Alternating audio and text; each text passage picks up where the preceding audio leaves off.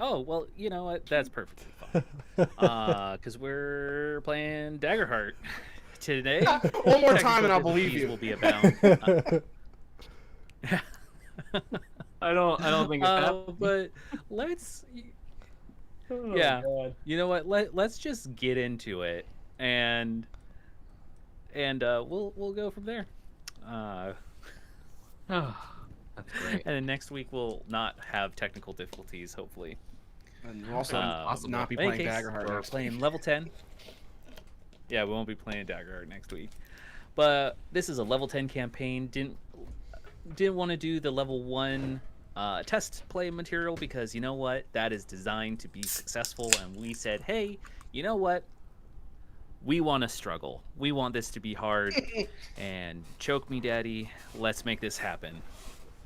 Matthew Mercer gives me traumatic So, damage in Daggerheart. uh, our setting today is in a fictional world, not associated with their world, because you know what? It's just easier that way.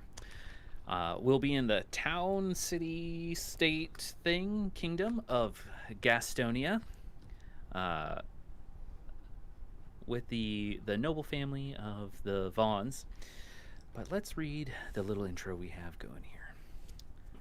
The city of Gastonia is a bustling and full of cheerful families eating turkey legs, spun sugar candy, and popcorn as they watch carnival performers juggling, dancing, singing, and entertaining everyone as they celebrate 1 year since the siege of Shadow's End that was led by the Dreadlord, who threatened to plunge the realm into eternal darkness.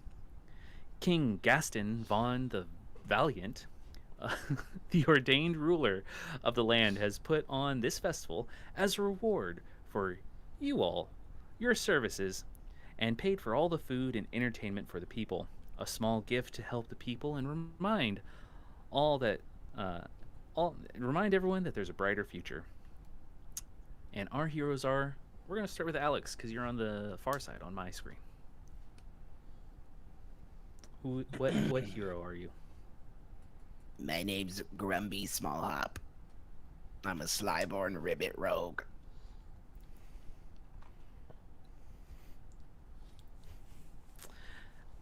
And next is Jacob. Who are you playing? I'm sorry, I can't even. After that intro from Alex, okay, let's see if we can do this. Did I knock you off your footing?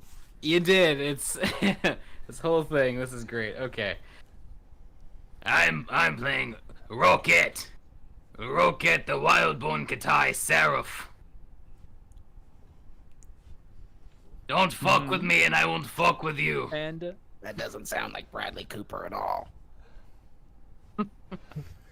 Yeah, fuck you. and Josh, who are you playing? Well, you ask for my name as though you've never heard it. Goldrich Sparklebeard, highborn dwarf guardian. Goldrich is bald-headed and And he's you got all gold woven into the beard. and you all are known as the custodians of the cluster, or the acclaimed Clustodians. How would you For like short, to yes. interact with this festival in your honor? I'm gonna search for an ale. Ale. There's free flowing ale and spirits abound in the city square. As you push through and people try to shake your hand and say, "Good job, thank you. Oh my God, you're so wonderful. Thanks for saving us from all the shadow creatures a year ago." You can push your way towards a outdoor ale, a keg that's just free flowing. People grabbing drinks left and right, but they're kind of like all over you, and they're in the way of you actually getting to the counter to get your ale. All right. Thank you. You're welcome. Whatever. I need a drink. Is that really gold in your beard? Can I touch the gold? Oh my God, you're so amazing. Where's your little raccoon friend? They're so cute. Here. On the right here. Oh, I didn't see you. And someone like with like a hooked hand, like reaches down and hands you, an ale, to Rocket while everyone else is still clustered around Goldrich. Slap it to the ground. They always think they could just give me ale, then give me things just because they overlooked me. I'm gonna use my tongue to pull a turkey leg off a grill. So that's a thing I can do with my long tongue. Oh yeah. Because I can. Does it say you need to roll at all? I mean, if it's an attack, yeah, but normally I can just fucking do things with it. Oh, Sure. Yeah, it's a rules light. It's a rules light system. Mass light. Well, we'll say you can do it. Yeah. You see the turkey legs, they're just rotating over an open fire, and you wait and snag one. Every free Goldrich ale, is you likely should able just to, drink the free ale. no, it's the principle of the matter. Yeah. The principle of the matter. They overlooked me, and I don't want the ale.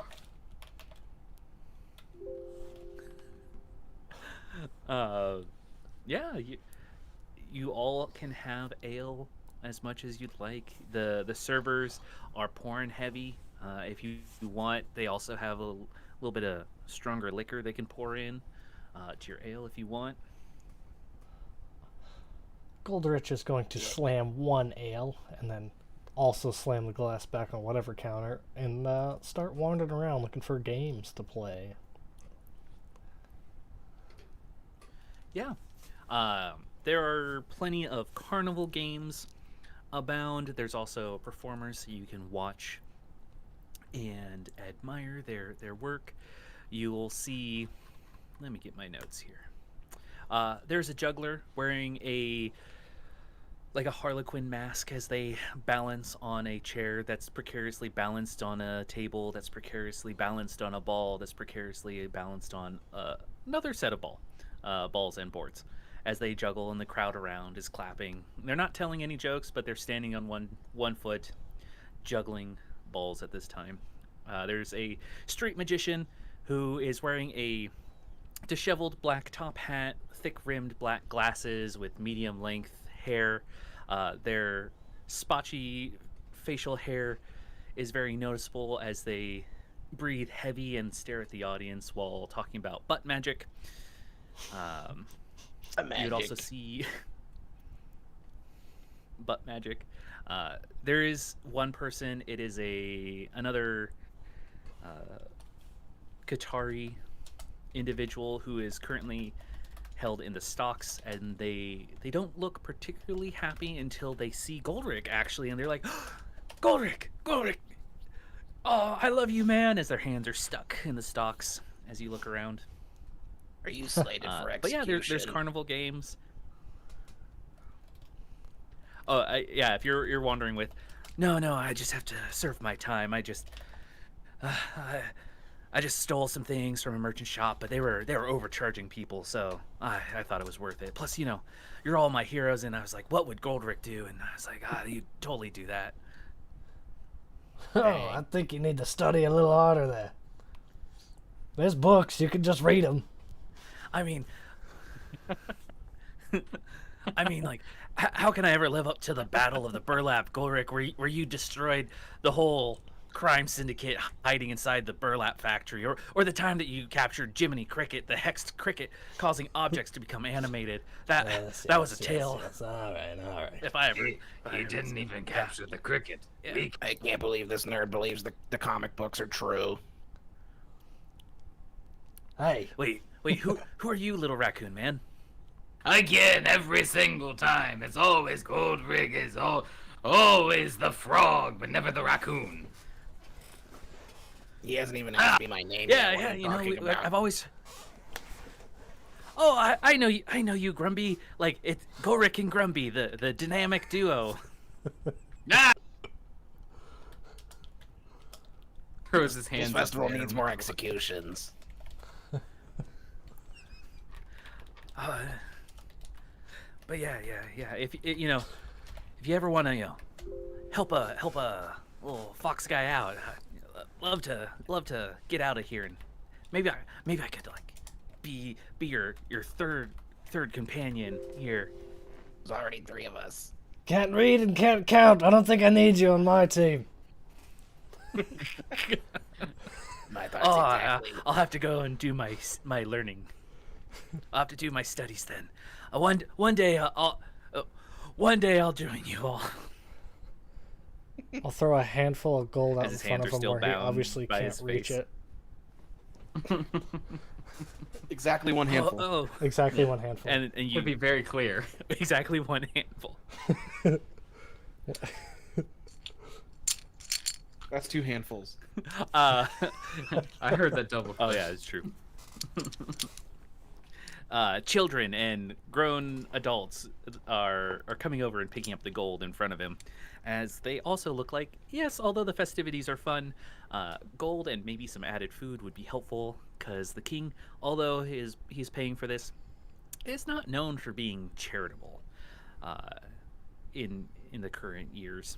But if you want to continue, there are carnival games that you can go shoot baskets, toss rings, try to win fish and other plushed gifts for any loved ones, servants, or whatnot back at your keep. I'm gonna play one of the games. Just honestly, whatever's closest. Sure.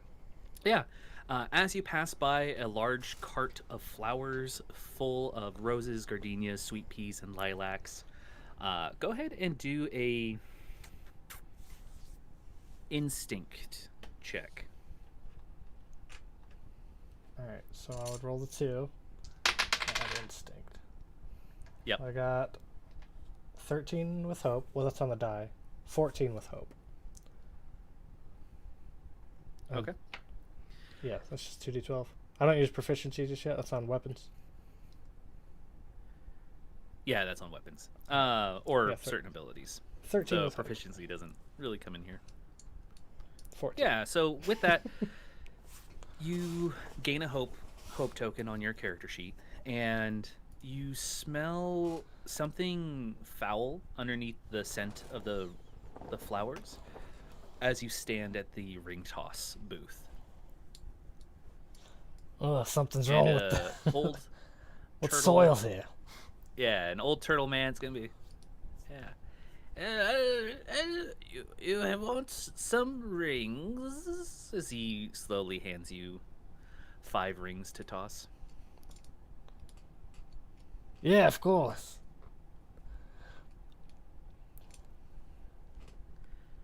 Sorry about the smell. We don't know where it's coming from. Ha! That was a damn good sales pitch. Would you like to buy some rings? It smells bad. But no, the rings are yours to toss to win one of our many prizes. I'll take 3 lots. The king has paid for all of these. All right, you have 15 rings to throw. I split them equally in the party.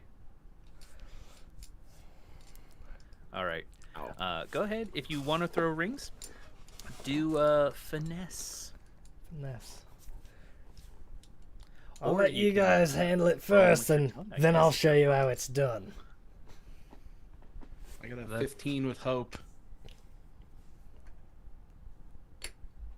Okay. That's a 18 with hope. Do I add Okay. a hope? Do I add like a little hope thingy? That's So how this yeah. works? Oh, the website. Yeah, you had a hope. Yeah. So over the course of and this will count for like all of them, unlike D&D, like doing a roll for all of them. It's just the general kind of Okay. throw 10 here. 10 with hope. You're able you're able to toss the rings and you get them over the little cones. And with each one you're doing a little bit better and better, and you are able cumulatively between the two of you so far get 8 of your 10 rings on and you can pull up your points for prizes. We still have Goldrick who needs to throw. Now this is how it's done. I do the worst. I roll the 10 with hope. Okay. You still get the hope. You just don't succeed. Oh, So, yeah, Goldrich the Great, Goldrich the Great, Goldrich the Broad. He can even throw a damn ring. Yeah, this is funny business. These rings are lopsided.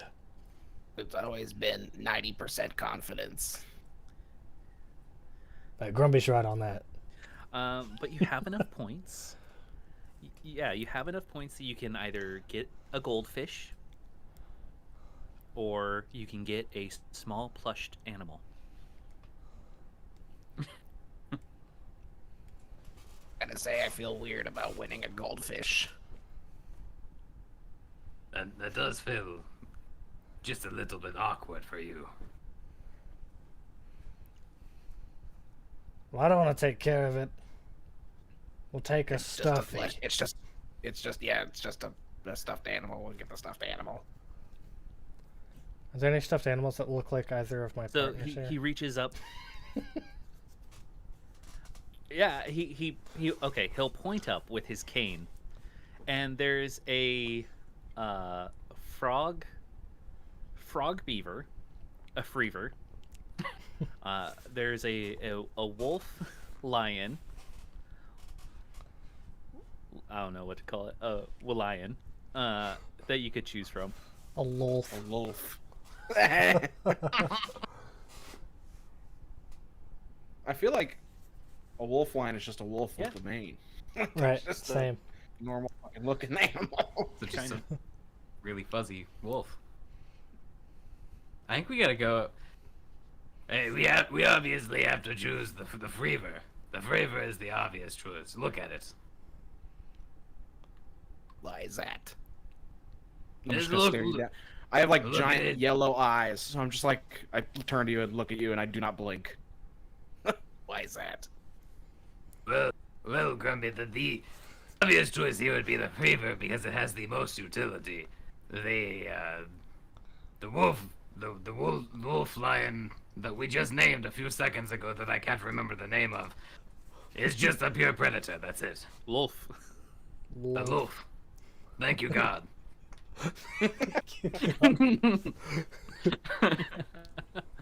It's just come to me. It was a wolf.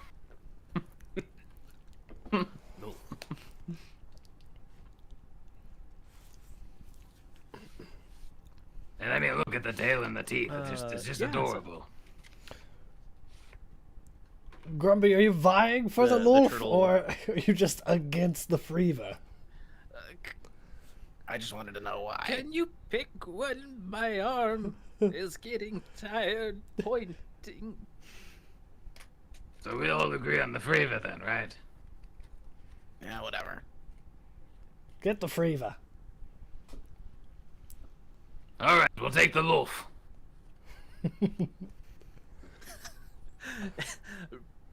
Pulls it down and hands you the wolf. That's some fucking bullshit. Here you go, Sonny. It was a trick. I was testing all of your intelligence. The wolf is the obvious answer here. How is that? And I'm gonna turn to you again and not blink. Again, pure predator. That's all I should have to say. It's a stuffed animal. For now. A small child What? comes up to you and says, like, "Whoa, that's cute. I want one." I buy him a set of rings. Why don't you win one?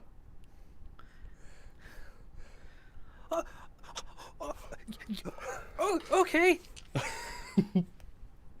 They got a 20. I did better than all of us. All 15. 20 with nothing added. It's just 20 with fear. Fear. I was gonna press like You should probably find your parents after this. Children tend to disappear around here. Oh, and then they get loth themselves, like, thank you, and then they like run away. That's the spirit, frightful child. Sickly, even.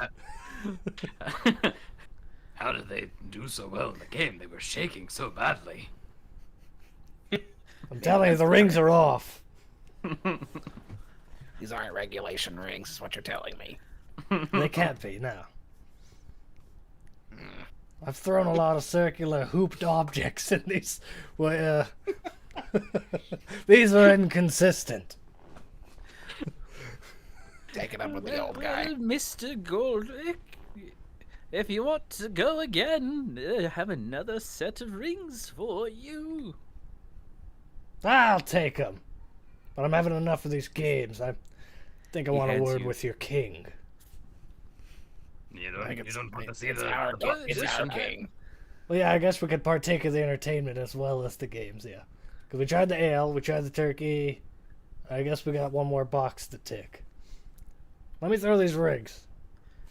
Yeah, go ahead. Show you how it's Do it one done, more time. alright? Last one was a fluke. 22 Remember, with it's- fear. Oh, with the wrists. You're scared of failing this time. You get 5 points. He points towards the slightly smaller plush stuffies and say, "You can choose any of these." And you see that there's a little beaver termite bee mite down there that you could choose Lots of from, beaver or there's like a things in this hard fucking- wooden sculpture. That's what he likes. Yeah, there's a hard wooden little turtle. Just it's a turtle. I'm not gonna come. A lot of fine options. A you got, beaver, but I a was beaver thinking. turtle. A Birtle?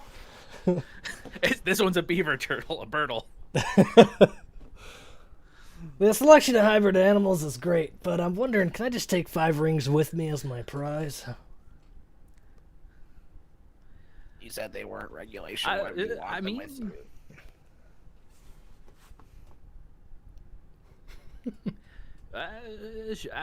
I'm sure I have plenty. All right, cool. Yeah, I walk have away without 5 grabbing rings anything. and- He wasn't what even a done talking. strange fellow you all Did you bump your head? go with. Turtle bump his head, or did Goldrich bump his head? yeah. Who was the question? to? Goldrich.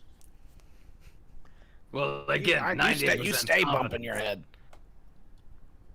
Again, I will say 90% confidence, 10% stupidity.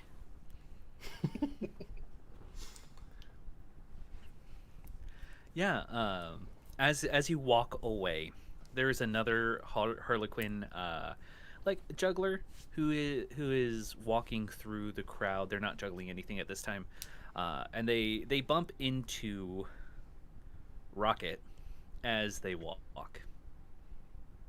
And can I'm I have down you do here. a- Come on. We need to put some flashing lights on you or something. Yeah, like do an instinct check. You would think that with my armor As they on bump that I you. would be easily noticed. That is a 13 with fear. I don't like Harlequins in this world either, apparently.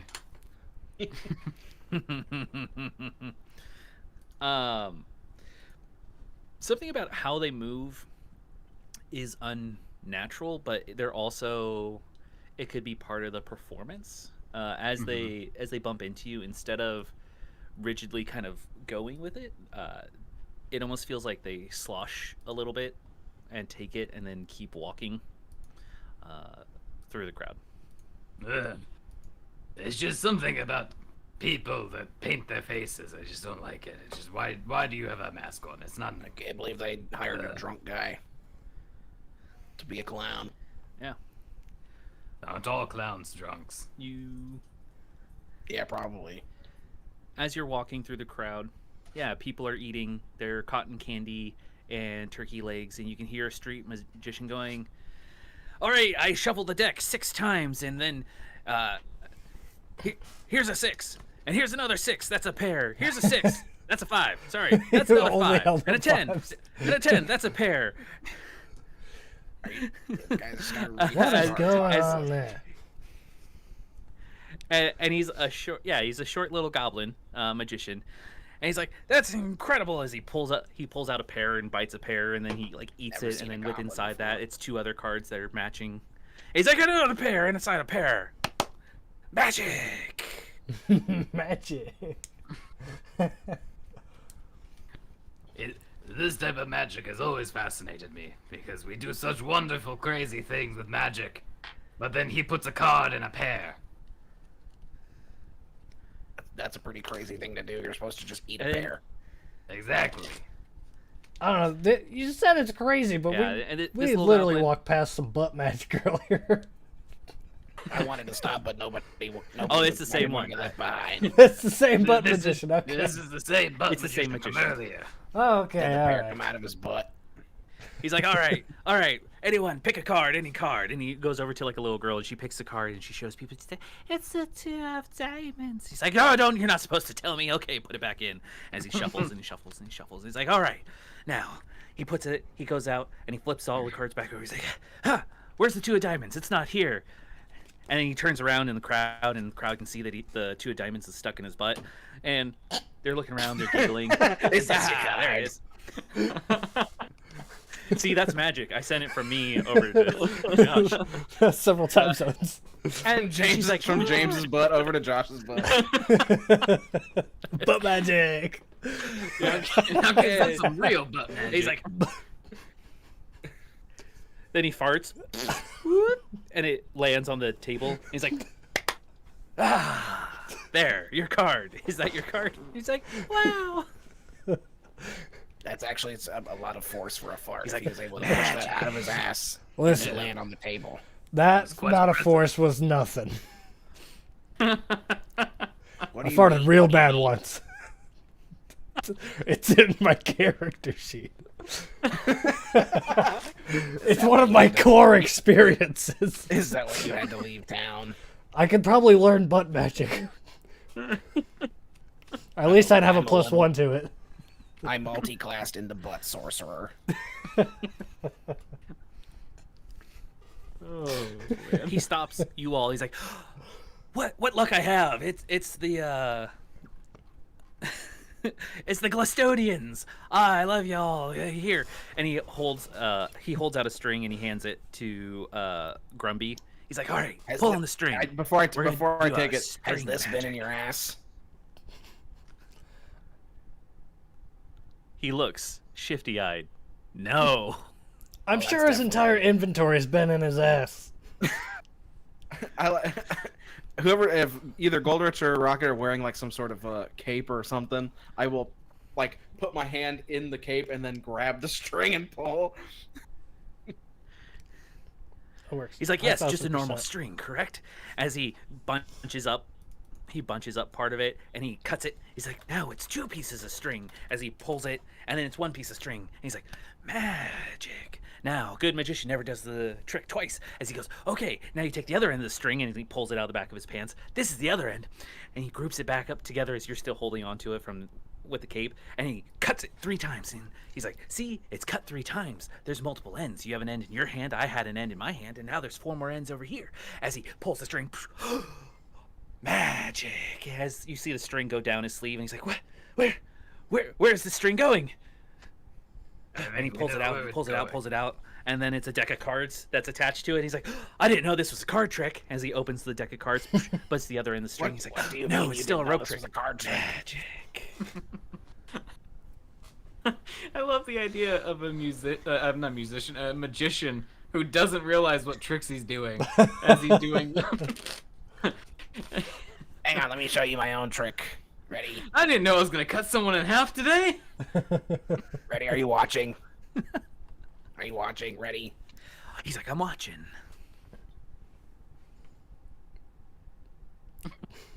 Bam, ba, da, da, da. Oh, Magic. whoa! And he gets the whole crowd to clap for you, like, oh yes, yes, as everyone claps. Clap, clap, clap, clap, clap. Thank you. I mean, Yeah. more of subterfuge than magic, Yeah. but I'll give you the clap. I'm sorry, the crowd's not clapping for you, Rocket. Yeah. Not yet. Not Grumpy. ever. Half the people in this fair have completely ignored you. Nah. He throws his hands up and start walking away. Yeah.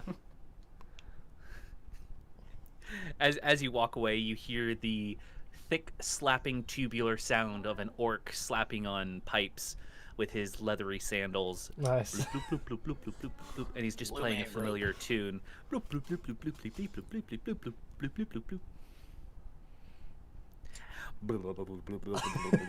bloop, bloop, bloop. Which I'm sure on. if there's a delay Go still, on. that's Yeah. Finish the whole song, all 4 minutes of it. All 4 minutes with a delay. Yeah. you swear. Yeah, it's- I think we'll sit Yeah. patiently and listen you to swear this song. You can the rain. Yeah, it's just like Toto's rain. It rains in Africa, but What's yeah, as a Africa? percussion piece. He's gonna keep walking past it. Oh yeah, I don't know what Levitate that'd like be the in drums, the setting. the pipes. Yeah. As you walk past, it's another cart of flowers to help make the day smell nice. Again, same thing: roses, lilacs, gardenias, and other heavily scented plants here on this cart. And go ahead and do a. You can do any kind of check you'd want if you want to. You don't have to roll anything, but. I'll say that, like, narratively, you get a slight shiver down your spine. Oh, what would be the fun of this game if I didn't roll some dice? We wouldn't be testing it properly if I didn't roll at everything. Yeah. Come on. We'll roll Yeah, some you gotta instinct you gotta here. load up your hope.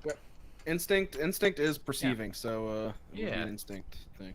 So Yeah. I that's want to what we roll get. knowledge and see if this has anything to do with my previous experiences.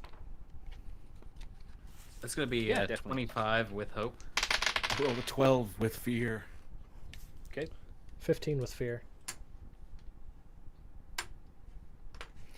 Paid the fucking ferryman. over So, yeah, 25 was with instinct Yes. for Jacob, or Yep.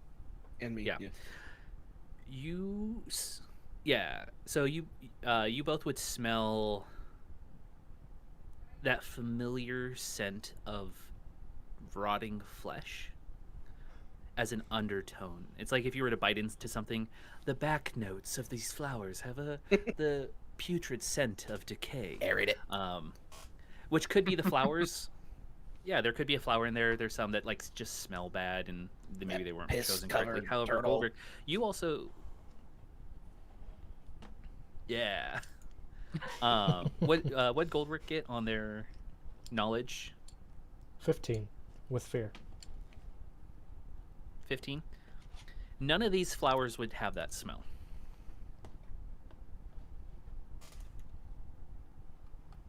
I would like to, since we are playtesting, this is a slight derail. I would like to note that we didn't do something from my Yeah. class at the very beginning. For anyone out there playing a seraph, you need to roll your prayer dice at the very beginning of the session. You can use those throughout the game to either give people hope or to reduce incoming damage.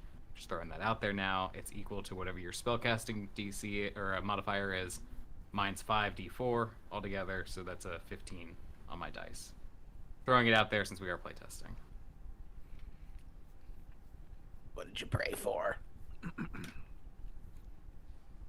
Everyone here but me to die. That's that's awful. Well, I didn't say I followed a be-go-lucky god. He actually has quite an ego. So what are the flowers in? Are they potted or? No, so imagine that there is a cart that has like a lattice work going up all the sides. Okay. that have the flowers interwoven in between and tied on in bundles. And that there's not, like, if you were to have enough flowers to fill this cart, it would be a lot more scented. But because you can see that the flowers are just on the lattice work, there may be something on the inside That's good enough for of this me. cart. Your flowers hide something foul. And I'm gonna crush the cart. Just gonna attack the cart. Okay. Rip it open. Yeah, go ahead and roll.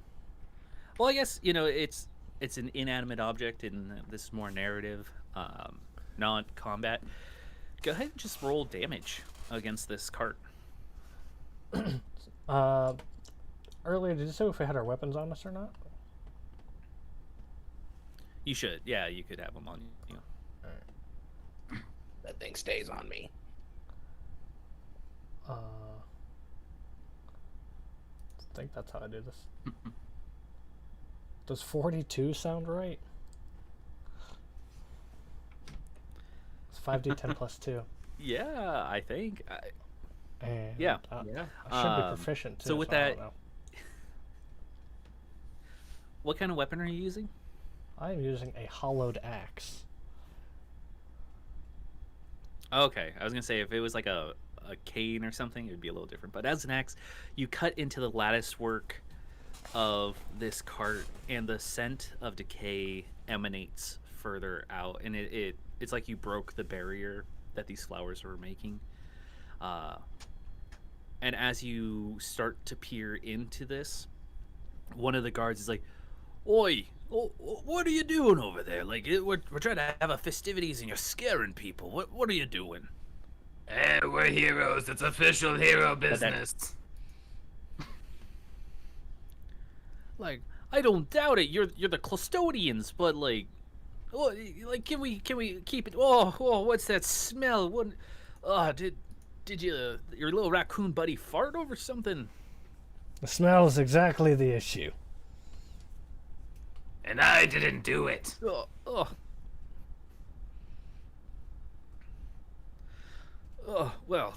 whatever it is. As you look in, there's enough light from the daylight outside that you make out the vague sense of like stacked burlap sacks inside this cart. I want to expose as much as possible. I don't care who sees. Get Yeah, to the let's say. bottom of this ASAP. Are you just gonna Collateral start damage my ass. hacking and slashing? Yeah. Because the guard did come over here to actually find you, and as you're going back to do it, he's like, whoa, like, I'm here because the king wanted to talk to you, to thank you and stuff. Like, this isn't going anywhere. We can come back to this, but I physically cannot stop you. Is the king giving us I a remember what medal? you did at the Battle of the Ten Terries. Like, Is he giving us a medal? I or don't know, erecting maybe a statue? he just wanted to talk to you. In that I case, think carry it's on. more of a stroke your ego, he strokes your ego thing.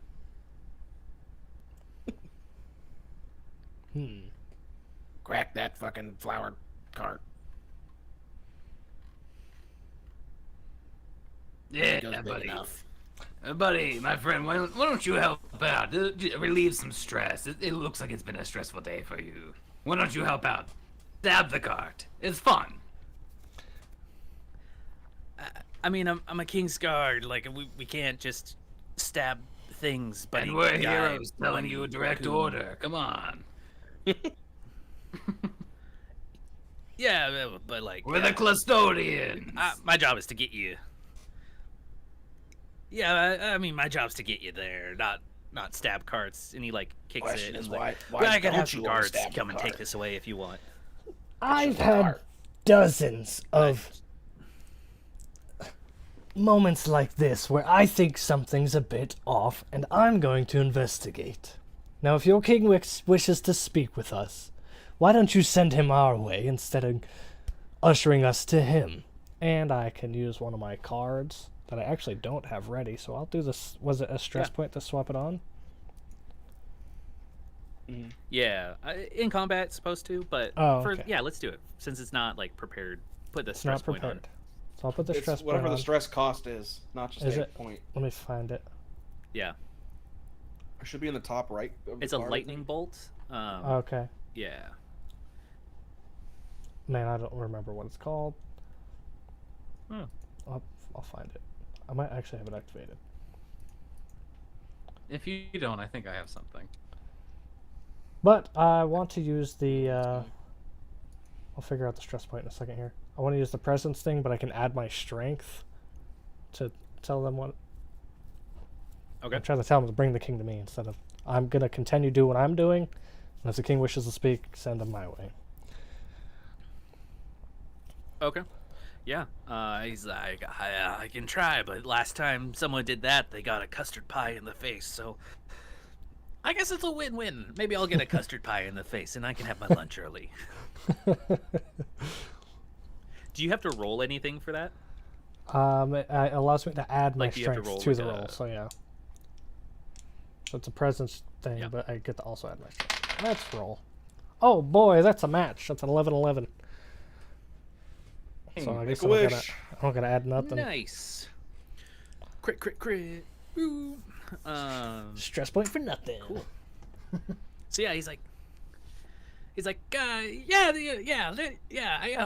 could go for lunch. He's in a jolly mood today, so like, it should be fine. I'll see if he can come here.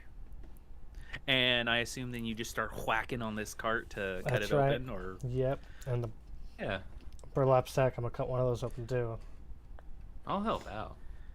yeah. As you hit it a second time, you see that the latch on the back pops open that you could have opened, but I didn't say that there was a latch, but that's fine. And you pull out one of the burlap sacks, and you see that it is just like sticky with black ichor, and flies are buzzing around it as they come out now that you've opened up this cart. It's a corpse. And you use your axe and you cut open you cut open the burlap sack, and it's just a corpse inside. It looks vaguely familiar, but yeah, there's a dead body inside. The ability Do we is know just this called body? People Bold Presence. see you do this. What? There's two things. I asked if we know this body. Since you said it looks familiar, I asked the group. I've killed a lot of people. I've I feel like traveled. we've all killed people. I've traveled many kingdoms. Do I recognize any clothes or signet rings or? Yeah, so you can tell that based off of what is left of the clothing of this person, that it is probably a member of that mafia guild that you destroyed some time ago. And in fact, it has some of the The same burlap axe body bag? marks in its body from when you remember. Yeah, Huh. crushing it. Hmm. People are now giving you like a wide berth. They were like behind you at a close range, and now they're getting far away from you because of the smell, and you're just hacking. And some people, onlookers, are looking over like, "Oh, what's going on?" Was it only the one guard that did anything? Yeah. I'm Although gonna, as you're doing this, a gonna couple other belt guards out. are coming up and question. I'm gonna belt out to any guards in this area. To those who lay claim of protecting this land, keep the people out. Ordering the guards to keep bystanders away. Which I obviously shouldn't have the authority to Yeah, do. you'll. No, we're the Yeah, two of custodians. the guards will Come kind of on. come over and just. Yeah, you're the custodians. You're well known. It's your day of celebration. Everyone knows who you are. You have like some social clout here.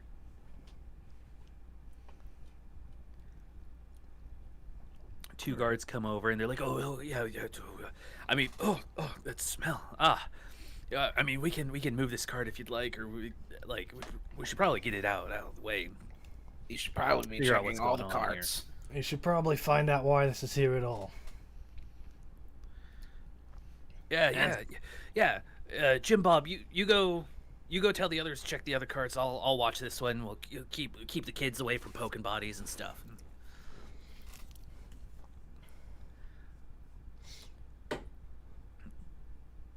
Nothing to see here. Talks to, puts their hand up for some onlookers. Of course, there's stuff to see, but they're like, no, keep moving, keep moving. That's right. Clear the area, and I'm gonna have a word with my mates here.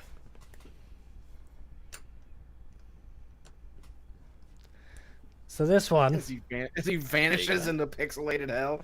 Yeah. Discord. So this one. This is one I've killed. This was meant to be a celebration in our honor. Have they collected our slain enemies? Like, what do you guys think's happening here? What in God's green earth makes you think that collecting all the corpses that we've killed along the way is a celebration?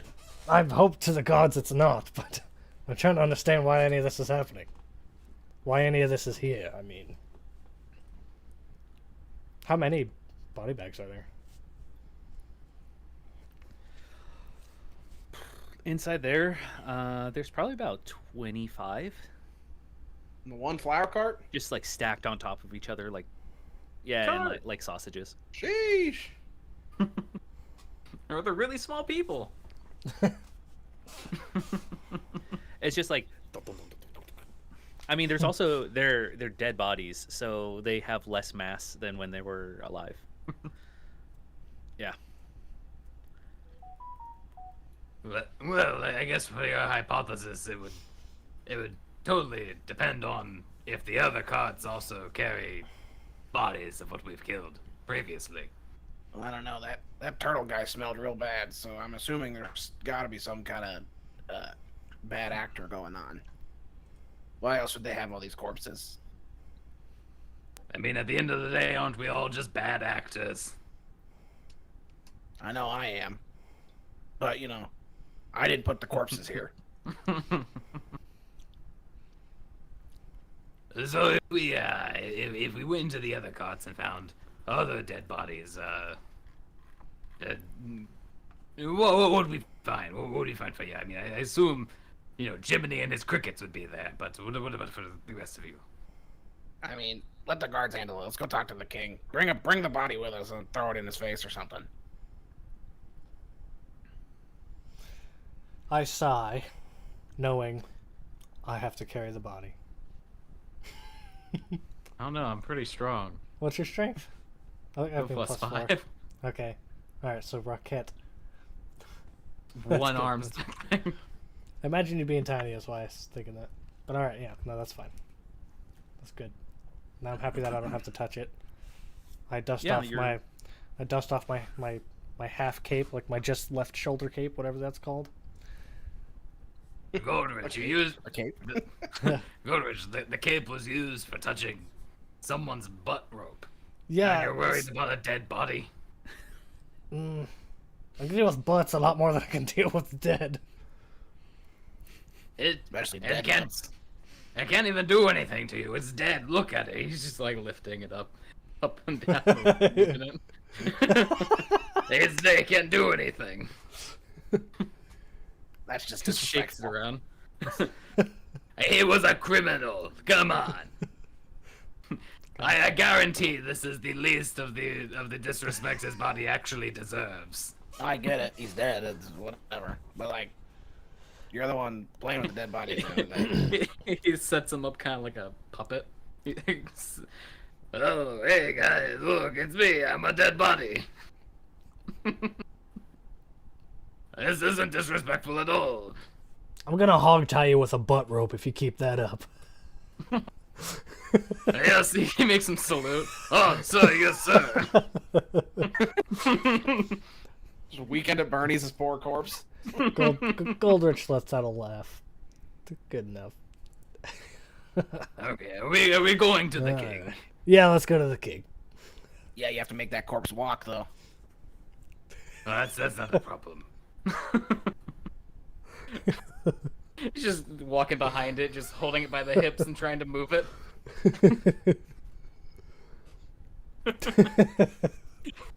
Shuffle, shuffle, shuffle, shuffle. Shuffle, shuffle. Nothing to see here, just helping our drunk friend. Eyeball. It's a fake eye. Yeah, you approach where the king is at. It's a magnificent tent that's up on like a pedestal slightly up off the ground. King's guard obviously all the way around in their armors. And they see you coming with a dead body and they stop you and like, "Oh, hold on there. Hold on. You three can come in, but that thing's got to stay outside." No, it's my possession. What was there a god who recently came by and got cream pied by your king? All right. You know, He can vouch for us. it was a custard. Is that part of the? Yes. I didn't know. Is that Yes, part of the butt there magic was. show? I was able to hold off the laughter until he said he can vouch for us. You see him, and he actually is coming out of the tent, and he has custard I bet he is coming all over alright. his face as he's eating. Yeah, he's like, "Oh yes, the Clustodians. Yes, it's coming." And oh yes, the body. Oh, that's what you found inside, because he was the one Yeah, before. that and 24 more cut of it open. them. And inside, you'll be allowed inside the tent. It smells beautiful in here. There's food that's well beyond what is being served to everyone else at the festival. As the king lounges in his like throw chair and he sees you all come in, and he's like, "Oh yes, the Clustodians. How wonderful for you to join. Oh, what is that stench? Oh, did one of you make an icky in your pants? Oh." That was a long time ago, and you know it. Yes, back when I was a mere prince. I do agree that you all have done quite a favor for us, but can you please leave that vile thing in the corner? I'm gonna make it salute again. Yes, sir. It's his voice, not mine. I don't know what to tell you. He just had this. He had to salute. It's respectful. Oh, why do you hurt me so much, Rocket? Aren't I a good king to you? Haven't I given you all a beautiful keep for your services? And you treat me like this. Oh. You are aching. Yes. Here, guards! And he snaps at the guards. Take the body and hold it up over there. Just, I don't want to look at it. Put like a sheet over its head or something. And they like, one of the guards takes the sheet from the table that has all the food, and they're like, "I always wanted to do this." Let's see. 3. Food goes flying. Yeah, but was he scared or hopeful? Does he say magic afterwards? Magic. Magic. Just Well, he ruined did the it with his banquet. butt. That's what happened. Look, I had Not a two high questions level at butt once. sorcerer. Not a high enough level in butt sorcery. Yeah, and he snaps at someone else to just clean it up. But please sit, my guardians of the realm. I have so much I want to discuss with you. But before we sit, what color is the sheet that they throw over it? Well, it was white. It's like like an off cream white, yeah, with like gold around the edges. That's a cream in this kingdom. That's the creamdom. Is he a ghost now? He went from whatever an undead to a ghost. That's still an undead.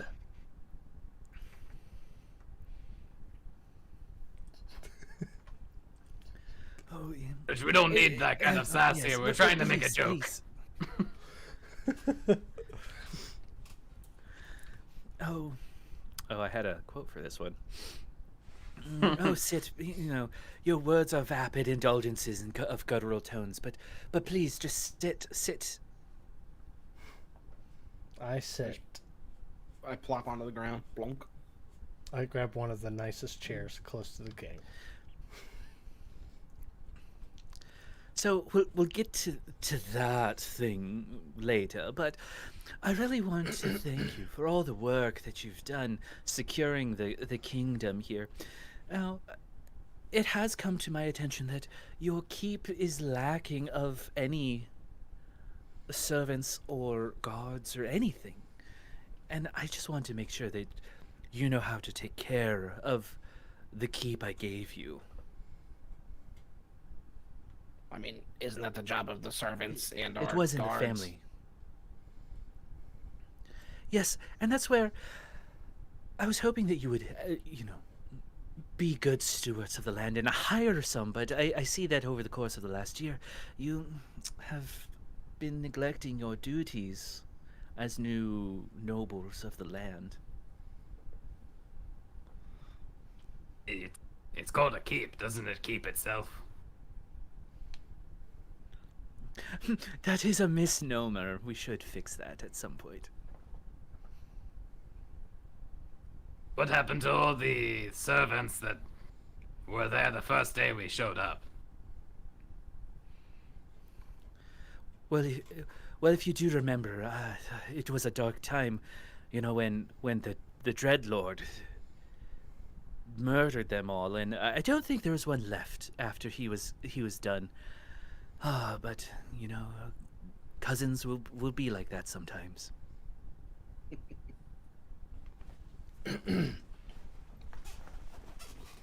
So like, can't you just like spare some guys or whatever? I could.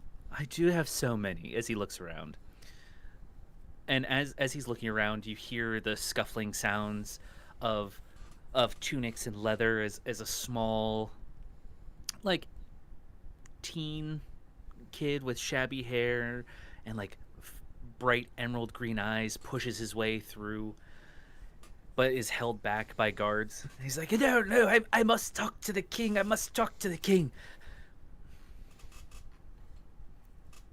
He's like, ugh, don't they know when to do this? We're in a celebration. Guards, like, move him along. And you see that this is a young boy.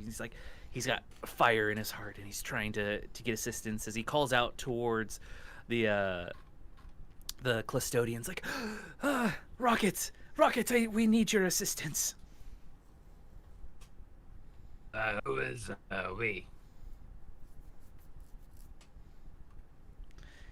He's still being held back, and the guards are taking him. Do you want to tell them to stop, or just let them take him? Well, there's a big celebration happening, and this person doesn't have it in them to celebrate. Something's terribly wrong. Let's hear it. Yeah, I mean, yeah, he'll. Rocket doesn't feel like engaging in this since the king has already given an order. And he's already spent a good amount of time antagonizing the king. So, Yeah. he'll just look at you two and just. It's a kid, I don't know. The king's in our debt. We throw your weight around. Come on. Clustodian right of power, keep the kid here. The guards, understanding your requests, let him go, and the kid fixes his tunic, and he's like, "Oh, I knew, Rocket, you would understand. You're my favorite of all the Clustodians." Oh, I'm touched. Like, what's your name, child? That's the first time I've ever heard that. My name's Tiernan Archfletcher. Well, Tiernan, I'm not even gonna try to butcher that last name that you just said. But I'm very touched by being your favorite of the Clustodians. Tiernan, after we clean up whatever mess you have going on, we could use some servants at the keep. In fact, that is something I have brought myself. Now, I wanted to talk to the king because we are in need of assistance. Off to the. I can find my notes. Yes, off to the east, past the Verdant Fortress. There's a small bandit group that's been blocking our merchant trade, and we need. King's Guard would have been great, but the Clustodians, if you could assist us, that would be wonderful. I mean, I am just one of the 3 Clustodians, so I can't make the official call there. I mean, there used to be a 4th, but we all know what happened to them. What do you two say? I mean, sorry, King, we might have to pick this up later. I mean, we might have found our servants that you're so worried about. The king is like, but I already have guards on it. Just tell the boy, young child, be gone. Like, we'll manage. As the Tiernan says, but I needed your assistance because these bandits are unnaturally evading the guards, almost as if they had prescience of the guards' activities, and surely we need more direct approach. It sounds as if this child is using game mechanic talking to us in order to tell us that we're the ones who are supposed to do this. So Goldrich and Grumby, what do you think? He just turns his back on the king entirely to address these two. It's been a while since my blade has thirsted on blood, and I'm looking for more. That's not ominous at all. What about you, Goldrich? Figure it could be worth looking at. See if it really warrants our help. Tiernan drops to a knee and he says, I don't have much, but I will pledge my fealty to you. For now and until the debt is paid, which will be my life. We can start by cleaning our house. Yes, if you could go to the keep and clean up. By the time we come back, we'll bring your friends and family. Yes, I will be at your keep. For more information, please see me at your keep. 1-800 your keep. Immediately. This is good news. 1-800 your keep. www.yourkeep.org. I thought you were gonna give like a book page or some Yes. shit. Wait, before you go. Roquette, give him the stuffy to bring to our keep. For it's a trophy we earned, and a trophy we shall display. He pulls the stuffy back a little bit. The loaf. It's for the keep. The loaf now. The loaf belongs to our keep. It'll He only looks weigh in you the down eyes. here. looks at you two. Looks back to the stuffy and then to the child. Tiernan, just take it before I change my mind. Take it to the keep. And he's holding it out with one hand. He whisks it away. He whisks it if you will release it from your clutches and says, I will protect this with my life. As if it is my own siblings. Like just a little second where they're tug of war for a second, then he lets go. I will protect it with... Ah! Place it next to our other trophies and awards. Just one other. He scampers off. He scampers off with a skip in his step as he feels like he has succeeded. With the Clustodians on it, these bandits will be vanquished soon. However, the moment he leaves, I'm going to cash in 4 fear tokens as you hear the screams of the citizens outside and the horns calling of an immediate evacuation of the king. As each of the flowered carts erupts as their dead bodies are awoken, and they clamber out, clawing and scratching, as they moan and call for brains, and the body that's in the corner starts to awaken as you hear go. As Kingdom never have any nice things. my brains. as it walks into the tent wall and then like stops because it realizes that it's walking into a wall, and then like turns around and then bumps into the table because it hasn't removed. I like that the sheet from guards its just let this keep happening. face. Yeah. Well, they have gathered up some of the king's belongings, and they're like, "King, we must whisk you away to your castle. Let the Clustodians, your faithful guards, take care of this, as we will protect you with our life." Well, hold on. When did we ever say we're the king's guards? Help those merchants, actually. He's like, "Yes. Well, maybe I could help you." As he's being like, the seat he was on is just being picked up by guards. Like, "Let's talk about it when you're done, and maybe I can work out some more servants. I do have a nice baker for you." As he is whisked away outside of the tent. I hate that guy. Should we just leave? Screams. Brain. Noises. What kind of bird is that?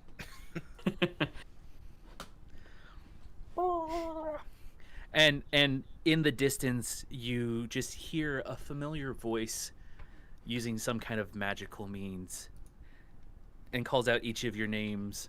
"Goldrick, Rocket, Grumby. How dare you leave me to die?" And it is a familiar voice. You can definitely put on the title card if you want, of your ex-ally, Oh. Seraphina Swiftwind. Yes, Sir Penis. Seraphina Swiftwind. The fourth. She was the party Clustodian. cleric. The reason I had to learn to heal. I thought she was dead. She is. Look at her.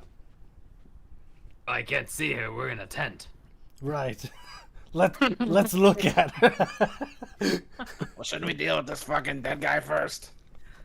Well, he's got a tablecloth over him. He can't really see anything right now. I'm gonna try to stab him through the skull.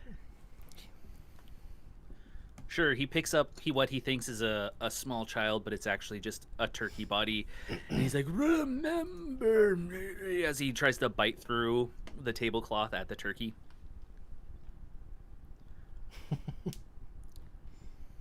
And you can roll your dice to attack him. So, like, do I roll? It's the 2d12s. yeah with your strength modifier, right? Or whatever your modifier not is, right? my strength. Yeah. Do I have proficiency with that too? Yeah. Well, proficiency is just how much. It's more about like how much damage it is. Like Yeah. you're automatically okay. proficient with your weapons. Yeah. How many die are used? I got an 18 with fear.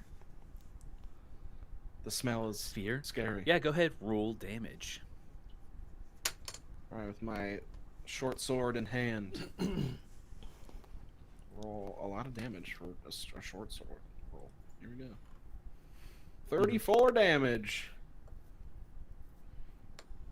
This minion of a skeleton, when they're by themselves, as you strike, a wisp of black mist comes out of their body and dissipates into the world around, as the negative energy leaves this corpse, and it returns to nothing but a husk of its former self. Again. However, outside, you hear the jingling sound of harlequins dancing about as they have now armed themselves with great axes. That was one, but I'll use it. And you hear the as a woman screams as her husband was cleaved in twain. Wouldn't be a tabletop game without some cleaving and twain. All right. Always gotta cleave in twain. But yeah, cleave in twain. That was my one action token that I got from Alex. So now it's your all's turn, or Jacob or Josh.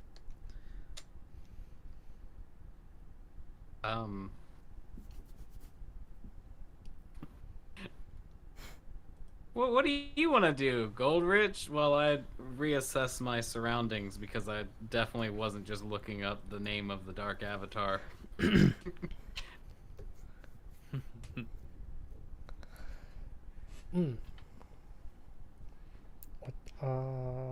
What was the king's name that I believe I came up with? Gaston Vaughn. Vaughn. King Vaughn. Third. Yeah. Hold that thought. King Von's gone. Is he? I'm so Yeah, lost. He got whisked away. Yeah. Okay. He got carded. He got Okay, he got off. carded. Yeah. Yeah. Okay. Mhm. Well, it seems our appointment here has been adjourned. Gumby, I think the thirst of your blade is going to be clenched. Clenched? Butt magic. Whoa! What the world? I can't even think of the word I wanted to say now. Quenched. Yeah, I said clenched. Quenched. Anyways, I'm gonna whip out my two weapons and run towards the screaming violence. This blood's no good. It's all fucking coagulated, and I mean, this is just Ecor at this point. So no, it won't be. But I appreciate the thought. I don't know what blood you deal with. As you but... leave the tent, Yeah. Yeah. Huzzah! as you leave the tent, you see that there are 4 zombie hordes moving about and milling through the crowds as they try to weave and dodge. Whatever guards were there previously are more geared towards making sure the king is protected. So you actually see them running up towards you to make like a line as you step out to view what is going on.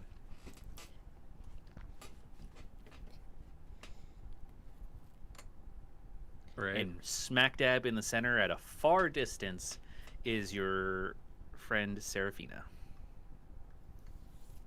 Seeing Goldrich go running out of the tent towards towards the violence, and seeing the display in front of us, I am going to take flight. I'm gonna spend a hope point here and take flight, as my subclass is Winged Sentinel. So, just so you know, I have a supernatural visage, and I strike awe and fear. I have advantage on presence rolls while in flight, and if I succeed on a presence roll with hope, I can remove a fear token from the GM's fear pool. So it's if it comes up, if I need to make a presence roll. It doesn't say specifically when. I guess that's up to your interpretation. Maybe feedback. Maybe say if you need to put that in anywhere, because it just says I have to spend a hope point, and now I can fly and do 1d8 additional damage. Okay. I would probably say that when you activate it, I lose the fear token. Maybe. Just like that way we don't have to. Is it you lose it every time you activate it or use it, or is it? No, it just says I had advantage on presence rolls while in flight, and if I succeed on a presence roll, with hope, then I get to remove fear from the GM's fear pool. Oh, okay. So I don't actually lose anything yet. Yeah, it's until I have to roll a presence roll, which I don't know when that's going to come up.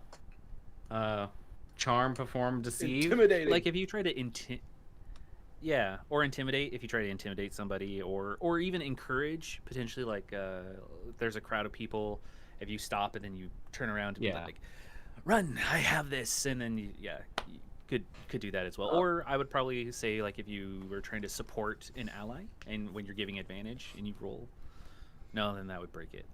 Well, I mean, I can spend along those lines, another hope and pick up another creature that's my size or smaller. How big is Gumby? Grumby? I have no idea how big Grumpy is. Was that a thing in the fucking I would probably say what like characters thing? there isn't really. I mean, there is a descriptor about sizes, but as far as what you'd want to do narratively, I imagine Grumpy is probably actually like a little bigger, but in D&D terms, the same size. Awesome. Well then, can I try to? I'm gonna spend my 2 hope points here, and I want to pick Grumby up, and start flying, like in the same direction as Goldrich is running, right? Trying to keep a little bit of pace, but heading, I guess, towards Serapinus, whatever her name was. Serapinus. Seraphina. And while flying, I'm going to yell out, Seraphina, I am everything you could never be for this party. I am more cleric than you ever could be. I am you, but better. as I'm carrying Grumby out. Does Uh, that allow me to do the presence roll? Yeah, Awesome. sure thing. Should probably seek therapy. That was really fucking insecure. Look, I'm just trying to intimidate just a little bit. That would be a 16, but I don't take the fear away. So it's 16 with Unfortunately. fear. Yeah. So yeah, it evens out. So I get one, lose Yeah. one, but then it's my turn. Which I would say you succeed in her being. Maybe now she's focused on you. Perfect. Because if you had only done your job, I wouldn't be dead. As a.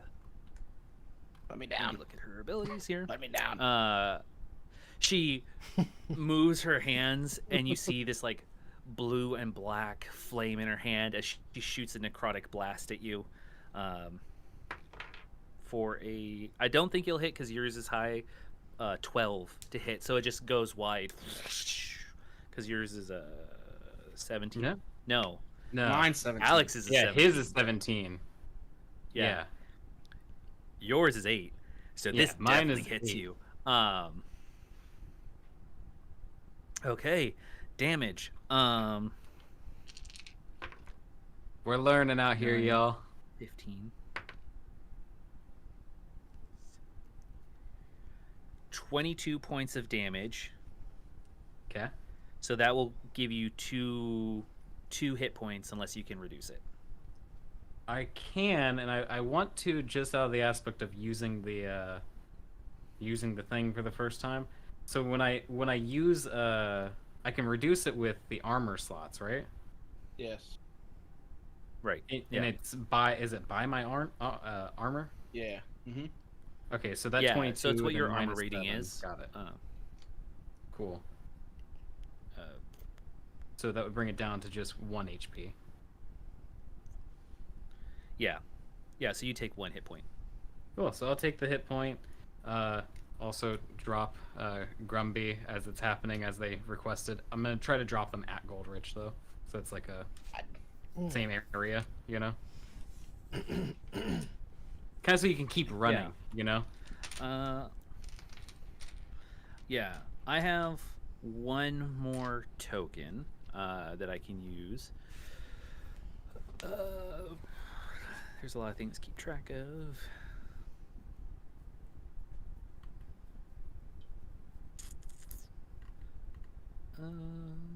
So one of the Harlequins will run up to Goldrick, and it's like one of the jugglers that you saw earlier, but this time they have removed their mask, and underneath you see that it is a like stitched together face of a zombie, perfected zombie, which I also gave you that if you wanted to put it up or rotate or whatever. You don't have to. And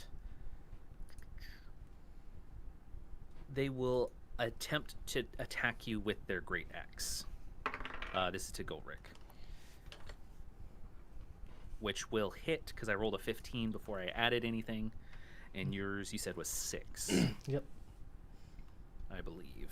I did say 6. They also do 4d12, but they hit a lot harder.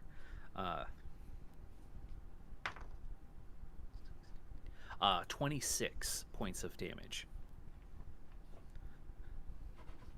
So actually, that would I'll only do do one. 1 hit point to you because you said yours was 23 or 28. 28 is my major. Yeah. So I'll take So, yeah. Yeah. Because even if you were to reduce it with your armor, you'd still fall within Only take your one. minor. Mhm. So yeah. 1 hit point. I'm out of action tokens, so that brings us back to your all's turn of whoever would like to go first, since you've all kind of had a turn. Alex, I never if you did wanna any go. actions at all. I ran outside can. and got followed. Yeah, so it's Goldrich. Yeah, so yeah, if you want to do, Yeah. So that one enemy, did that get tossed towards me? Is that what happened? yeah, so they ran towards you. It's one of these Harlequin. They spent a fear token zombies. to have it rush up to you. Essentially, is what happened. Yeah, and I threw Okay. Grumpy down next Yeah. to you. Is basically what happened. Okay, gotcha. Well, I'm gonna meet the one rushing towards me and with some hollowed axe attacks. Yeah. So go ahead and roll your 2d12. 2d12 to hit. Yeah. They do have a pretty high difficulty. 17 with hit. hope. Can I spend give myself advantage So if I need it, or would I have to use yeah, it if you have the before I hope, yeah, you can.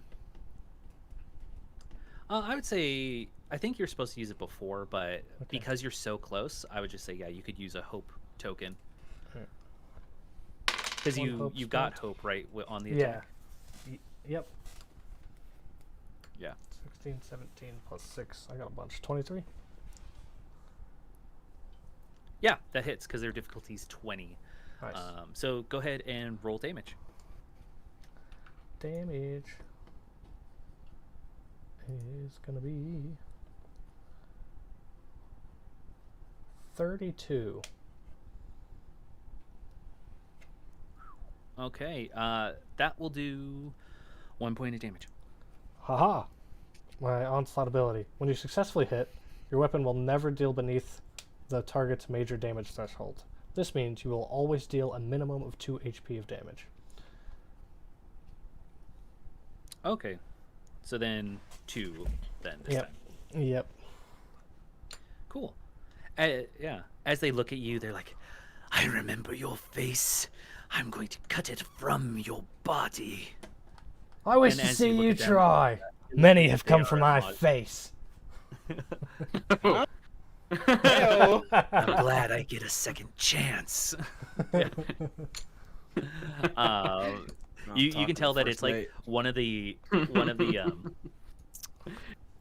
mafia enforcers that you had previously killed. They have been revived as this bruiser. I felled you before, You I'll rolled with fell hope, so you it's still again. at your yeah, it's still your team's turn. Turn. So, is hiding an action in this? Is that how this works? Yeah, unless you can like move behind something with your movement, if you're going to actually hide, it would be you'd have to roll that like hope die.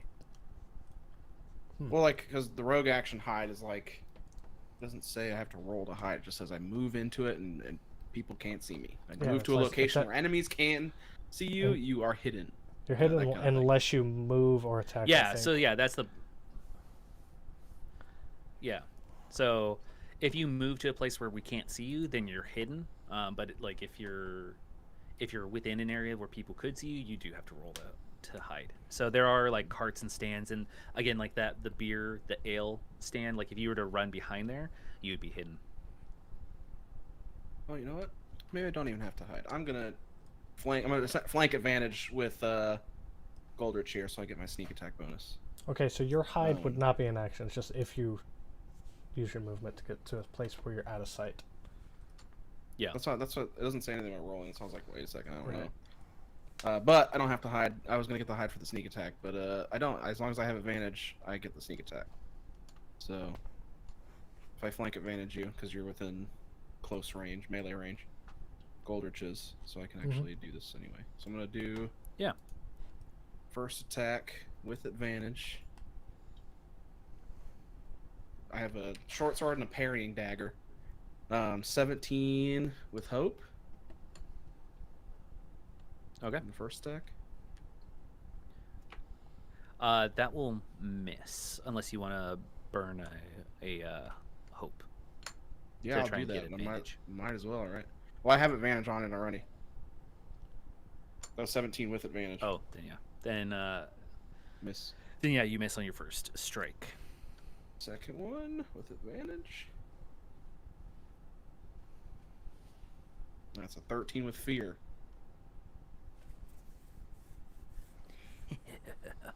Miss and a miss. He laughs. He's like, I remember you. I'm gonna turn you into frog leg stew. I remember you at all. I'm gonna use the 2 tokens that you had to move 2 more of these guys closer, as the horde is just gonna horde. I only gave you one, by the Stay way. I where they're had at. a hope and a fear. But the action, there's action tokens, so every time that you all take like an action, whether it's attack or you roll in combat, I get like a token, which then lets me move the units, which is separate than the fear, because the fear then is like they have specific moves that can do it. Or there's some moves that like require multiple tokens to use. It's a lot of resource management on the DM side. So, but it's your turn. Awesome. Rocket. My turn now? Yep. Awesome. Yeah. So in the direction that I'm still moving, how far away is Serafina? I'm just trying to get a lay of like the land here in my head. Yeah, I would say she's at this point, because she was at the far end of far, she would be at the far end of close. So she's like 30 feet away. She was far, now she's close. So are you saying I can close in and attack or no? Yeah. Okay. Yeah. In your move, you could close in and attack. Awesome. That's what I want to do. I'm trying to. I want to basically keep her attention on me while they're on their way forward to, to us. Cool. So let's see here. What is that? It's just D8 damage. Cool.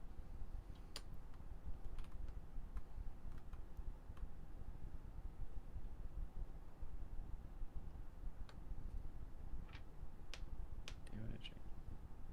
Thing 2, 8 versus the roll result. Sorry, I'm looking at my prayer dice real quick. Cool. So that will be 19 to hit with fear. That will miss. Okay. So as far as actions go here, that would be the end of my actions? Correct. Yeah. When you go with fear, that ends, and it gives her an ability to go. The good part I see about this is like with the whole like action token whatever, because you went once, she only has 1 action token to use, so I can't use like everybody against you. Yeah.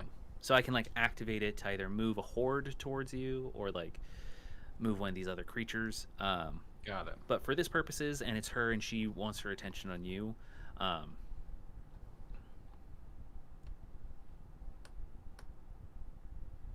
My wings would also She disappear as will. well. Yeah. Sorry. Oh, okay.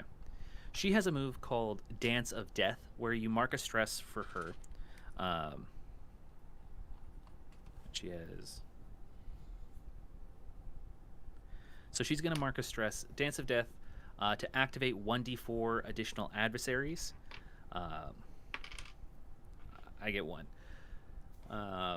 That they can use to deal half damage, and may spend a fear token per attack to have them attack deal full damage instead. Since I have multiple fear tokens, she's going to look at you and say, I know how much you prefer them over me.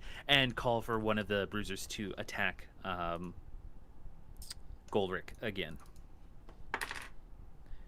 And they get You a, died! You 20. died, Serafina!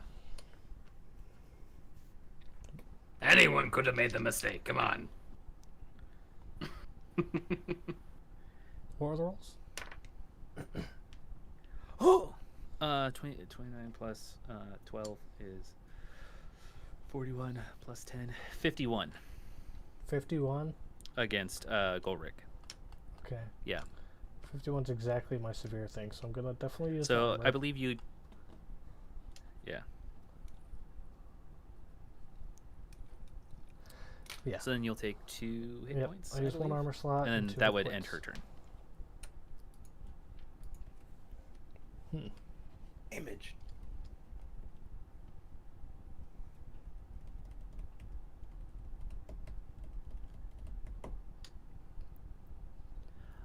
So then that would bring it back to Jacob. You just went. So anyone else? Yeah. Yeah. Well, I think that Hol- Goldrich went. Sorry. Yeah, Go the ahead. whole initiative order is kind of weird. Goldrich went before. I technically went first against the skeleton, so then it would have been Jacob and then Josh. So Goldrich, I think, is up, and then me again. Yeah. Unless a fear is rolled. This I would say that this is where, with tables of newer or more excited players, could be a point of contention. Yeah. I know that we talked about it before stream, but I also want to highlight on stream that, like, because of the narrative nature of it, Mhm. someone would be like, "Oh, I really want to do my thing," or "I have the perfect thing." I just go, and they start rolling or something. Hmm.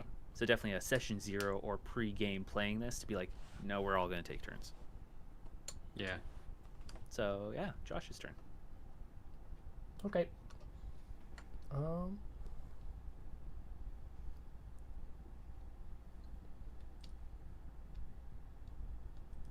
Looks like I attack. Shocker! Whoa. You You have advantage because I'm behind the guy. So you definitely can. Attack with advantage. Yeah. 14. Give me a second. I had my strength to that. Yeah, I didn't do it last time. 18 with hope. 18 with hope. You will miss, but because we're all high level, I'd say you could do another attack, like you swing and you swing again. But then after that, I would probably suggest doing something else or moving or whatever.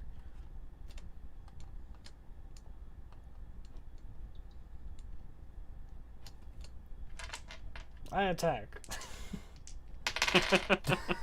Okay.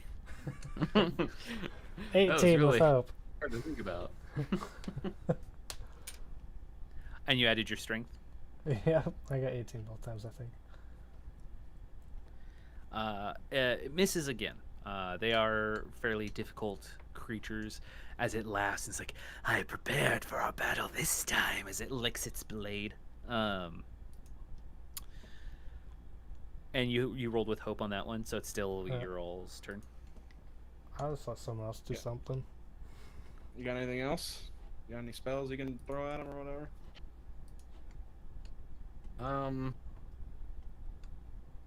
I'd have to spend a hope. I just don't really want to spend it right now. Yeah, no. You hear screams of people as children are being torn apart by the zombie horde as they're like, All right, fine. I'll spend a hope and cast a spell. If that was an option. okay. Yeah, you definitely can. Awesome. So she says that to me, and I turn to see these people attacking my friends, and I reach out. I throw my hollowed axe in their direction as a bolt of light shoots towards the thing attacking Goldrich, or the Harlequin. Okay. See what this does. Swear to God, am I just rolling only with fear? Jesus Christ. There's a 15 with fear. Will miss. I'm going I'm actually going to do a little retcon because I have 4 of these perfected zombies. I'm actually going to cut it down to 2 because of how difficult they are. So I can reframe the battlefield. There's 2 perfected zombies. Basically, one on Golric, one behind Grumby, and then there's the Seraphina, who is basically she's a necromancer now, who is in front of Rocket, and then 4 zombie hordes that are just kind of milling around they're around the town, attacking civilians. How far off from hitting was I? Because I can spend some prayer dice to make this hit. 5. Five You off? said it was a 15? Yeah, Yeah. 5. Okay, so I'll Yeah. spend 5 of those dice. That'll leave me with 10 now to hit, and this is going to be 68 damage.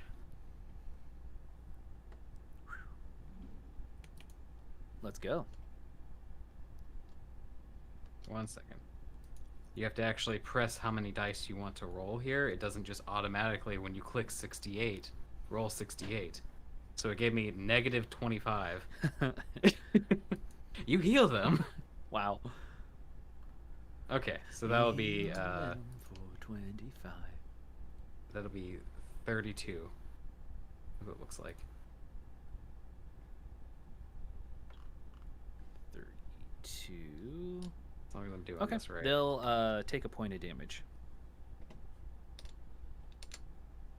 As your lightning streaks out to hit them, Goldrick and Grumby can see the lightning arc over its body and like goes up the axe before it dissipates. As it, once it hits the tip of the axe, makes almost like a Tesla coil buzzing sound as it dissipates into the air around. Because you rolled with fear, it is my turn. The second zombie fighter will attack Grumby if they can hit Grumby. It can try. Nope. 8. Because you have a 17, right? So Yep. their With axe that, swings wide. Whoosh. as you miss me, I avoid It's that still physical damage. technically their turn. I know, but as I Okay, yeah, evade they- physical damage, They I don't can do. cloak and shadow, and I'm hidden. I'm invisible from you. Oh, look at Oh. that. I become hidden. Nice. So they look around. You're hidden. Mhm. I'm going to use a token for a zombie horde. Let me make sure. Yeah. Actually, I'm going to use 2 tokens for one zombie horde, or the zombie hordes to start just eating people off around, and you hear the squelching sounds of bones breaking and rib cages being torn apart as someone was knocked to the ground. They scream out with a Wilhelm scream. "Ah!" And then the Oh, so tasty like spaghetti. Nom nom nom. I didn't and eat that's them. the amount of tokens. So it's your turn. All right. My turn. Cloaked in shadow. I gain +1 proficiency in my weapon attacks because I'm also a shadow hunter. Bunch of shit. This was my gameplay loop. I hide or have it the shadow cloak, and then that just fucking activates a bunch of different shit. Let's see. I think I'm gonna try this chokehold maneuver on the lady we've been fighting here, the perfect zombie. So while hidden, when I successfully position myself behind the creature that's about my size, I can mark a stress to pull them into a chokehold or equally compromising position, and make them temporarily vulnerable. Every attack roll against them while they are vulnerable from my chokehold adds 2d6 of damage to the roll. So I'm gonna do that. Nice. As I've been cloaked in shadow from the evasion there, like the axe hits the ground, I go, and then I reappear around the fucking perfect zombies, and I got dagger to her neck, and I go, I've had enough of this. hopefully setting it Nice. up Um, for Goldrich here to fucking advantage smack that thing and do some extra damage.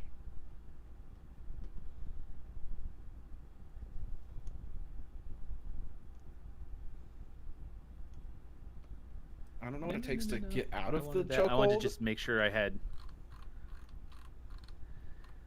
I It feel literally like they'd says have to nothing make some about- kind of like strength check, but yeah, they don't have strength stats at all. I imagine maybe if anything, like again, I could maybe use a fear token or action token to try and break it, and then you just do a strength check against their difficulty. Yeah, it does, would- literally does would not be mention something that would any seem way of. to make sense.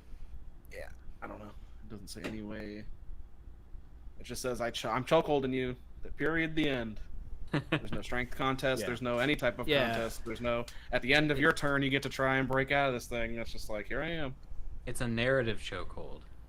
And then also, yeah, it's a narrative chokehold. While vulnerable, also attacks against the creature have advantage. So as they're kind of like leaning back off kilter, they're trying to hold their axe in their hand. That's where, yeah, if Josh, you want to make an attack roll against them, you definitely can. I attack. I don't. Does it give it advantage? Vulnerable gains advantage too. Yeah, I had to look it up because it talks about like the narrative nature of like what that might do, but then it also says while a creature is vulnerable, all rolls targeting them have an advantage. That would also benefit to be put in the spell. and Like it doesn't say that in the spell. It just says you get extra 2d6 damage. Yeah. Yeah, so you're giving 2d6 extra damage if it hits. Also, advantage doesn't really stack. So with it being this high level of a game and advantage, I'll save that for a note for later. Of advantage and how that could work. Yeah. Any case, yeah. Anyone else can go. It's still your turn because I believe you rolled with hope. It doesn't say anything about rolling to put you in a chokehold. It just says if I'm hidden and position myself behind you, I put you in a chokehold if I spend the stress. Like. No. Oh, then yeah, free action kind of. Yeah. So I mean, if I'm, I don't know if that let's say ability probably at takes this up my point. turn. But like I don't know, like could I attack in that sense, right? Like I activate chokehold, and then attack with my secondary weapon. Is that like a thing? I think at this high of a level, I would definitely allow it because I'm imagining it's like you're a rogue. You sneak up behind someone, put them in a hold, and just stab. So I'll definitely try. Yeah. You will try. With advantage. It's a 12 with fear. Oh wait, no, that's a critical success. But I still Yeah, rolled with so- fear. Oh. Oh, Oh no! I don't get that's a fear just if the, it's a that's just critical the success. That's just the software. Got it. I rolled Yeah. double 2s. Alright, so I do it. Oh, then you auto hit. Hey, you want Okay. Yeah. Go ahead, roll damage. Plus 2d6. I think critical. Hmm. Also Yeah, what does critical- something for damage. Does it? What's the extra? Whenever you make a duality roll, if both dice roll the same number, you get critical. Okay. It's not in the first one. Let's go to the second one. Nope. Let's go to the third one. Welcome to Daggerheart, Nope, ladies and that's gentlemen. an example, but it doesn't tell you. Here we go. Control F. I know, Control like F, if you're, critical. yeah, If that's what I your did. attack- Yeah. If your attack is a critical success, roll damage as usual, then Okay. add extra damage equal to the maximum potential value of all your damage dice added together, as if they all rolled the highest number Yep. possible. Page 30. Yeah. So what? My damage die for my secondary is 5d6 plus 2. So it'd be the Where's full that? 5d6. So So you roll and add 32. 32. Holy shit. Okay. Yeah. Plus an extra 2d6. So I'm gonna roll plus an extra So 2d6 plus 32. Well, I guess plus 34 really if we're gonna add it because I get plus 2. Jeez. Christ. Yeah. Okay.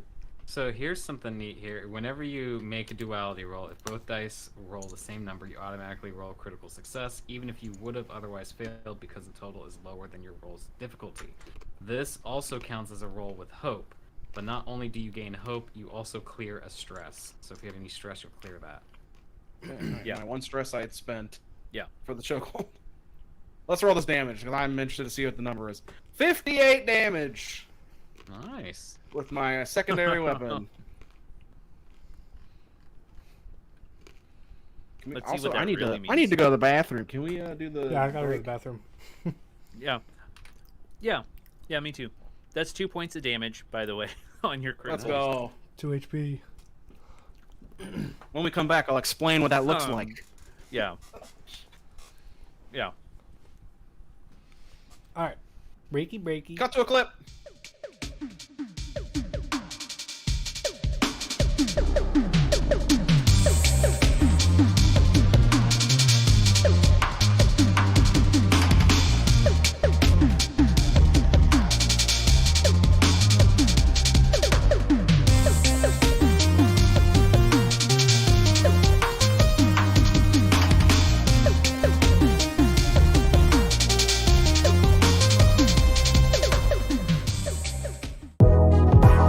Are you looking to put some spruce back in your rust bucket step?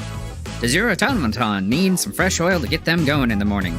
Well, come on down to Fantastic Pete's Automaton Fix-It Emporium. We can just about fix everything. Have a justice unit who can't swing a sword or a farm bot who can't plow the field? We'll bring them on down to Fantastic Pete's Automaton Fix-It Emporium. For mentioning this ad, we'll give you a 20% discount on all oil changes, hydraulic diagnostics, and high-gloss finish. Or if you just need an oil change for your robot, we can do that for a low price of $3.99 of gold. So, come on down, bring your robot friend for a tune-up.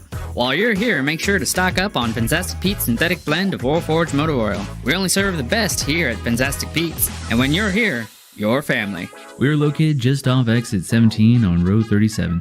Located just inside Valmoda across from the Wonderland Cat Emporium and Acupuncture Clinic. Keep an eye out for our mascot Pepper and Pete, the steel golem, as he'll wave you on in. And remember, when you're here, you're family.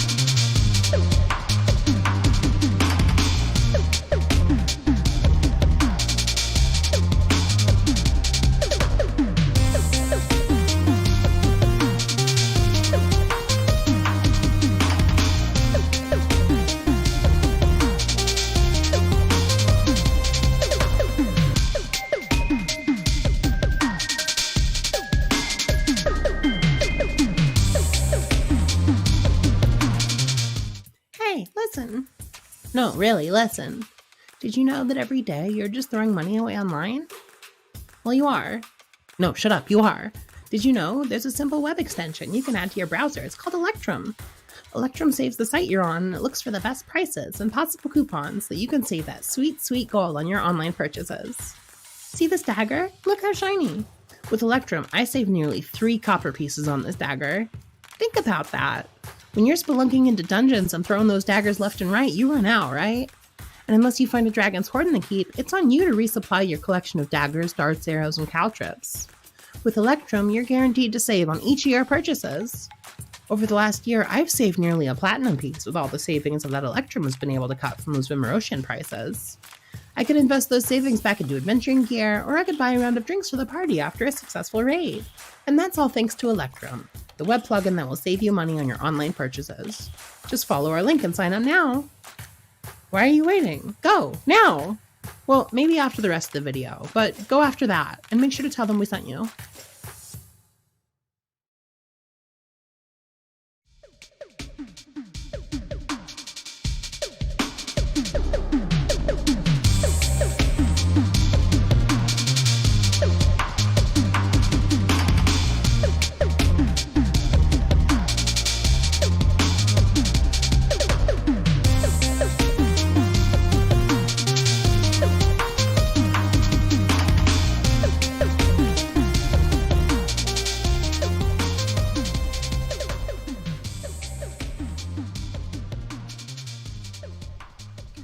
My guys, gals, and non-binary pals. It's Jacob here, and I'm going to take you down a consensual stroll to a place called the Ampersandbox merch store. It's a pretty rad place located over at streamlabs.com/AmpersandboxTTRPG/merch. And it's got all kinds of Ampersandbox goodies. Not to mention, we're working on getting more badass gear listed over there. Okay, so again, we're going to head on over to streamlabs.com/Ampersandboxttrpg/merch. Here, you're going to immediately be greeted by the work hard, play hard, eat hard, tea and tanks for men and women. A classic Ampersandbox goodie. If you scroll a little bit further down, you'll find a whole bunch of other gear though, like the Venture into Vimros embroidered patch, or this dope distressed dad hat. There's even a simple mouse pad with Josiah's face. We'll have the rest of the crew up there, eventually. Anyway, maybe a simple tee is more your style. So, let's check this one out. This is the Ampersandbox Venture into Vimros tee. It features our primary logo on the front of the shirt, while the campaign logo is displayed across the back. Revolutionary, I know. This shirt is absolutely fantastic, and has become a daily driver for me. The fabric is just thin enough that it's breathable and light for those hot summer days, while still being thick enough to count as a layer on those wintry nights out on the town. And it's available in gray, emerald, maroon, black, and a white-gray flecked color. Oh, what's that, Josh? You need your star player to re-record his lines from the last episode? Not a problem. I'm on my... Oh. You mean Zanog? Oh, alright. Fine. I'll go get him. Okay, guys. I've got to run. But feel free to explore on your own. This shop is seriously rad. Hello, fellow story weavers. I am Josh McGee. Let me regale you in the tales of bravery, mystery, and Patreon.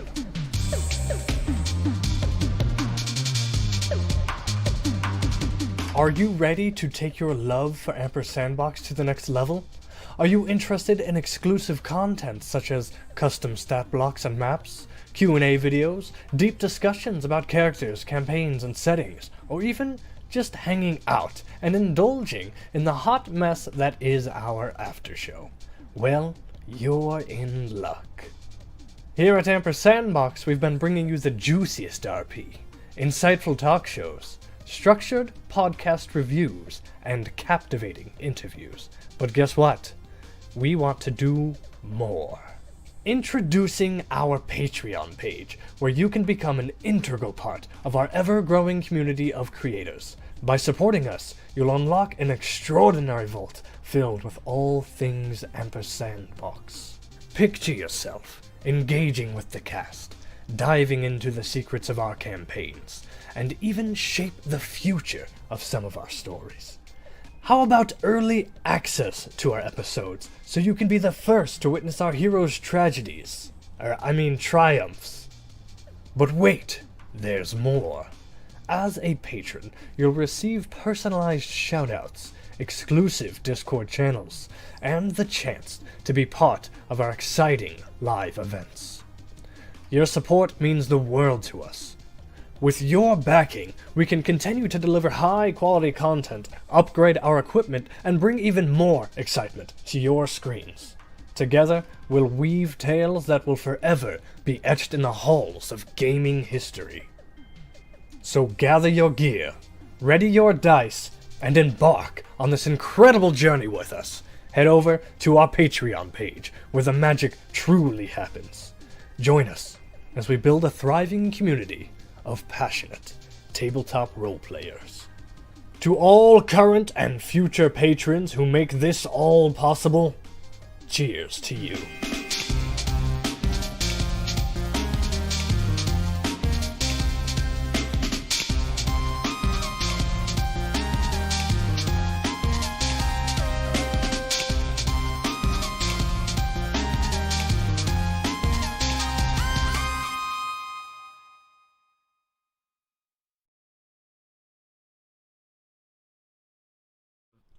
We're back.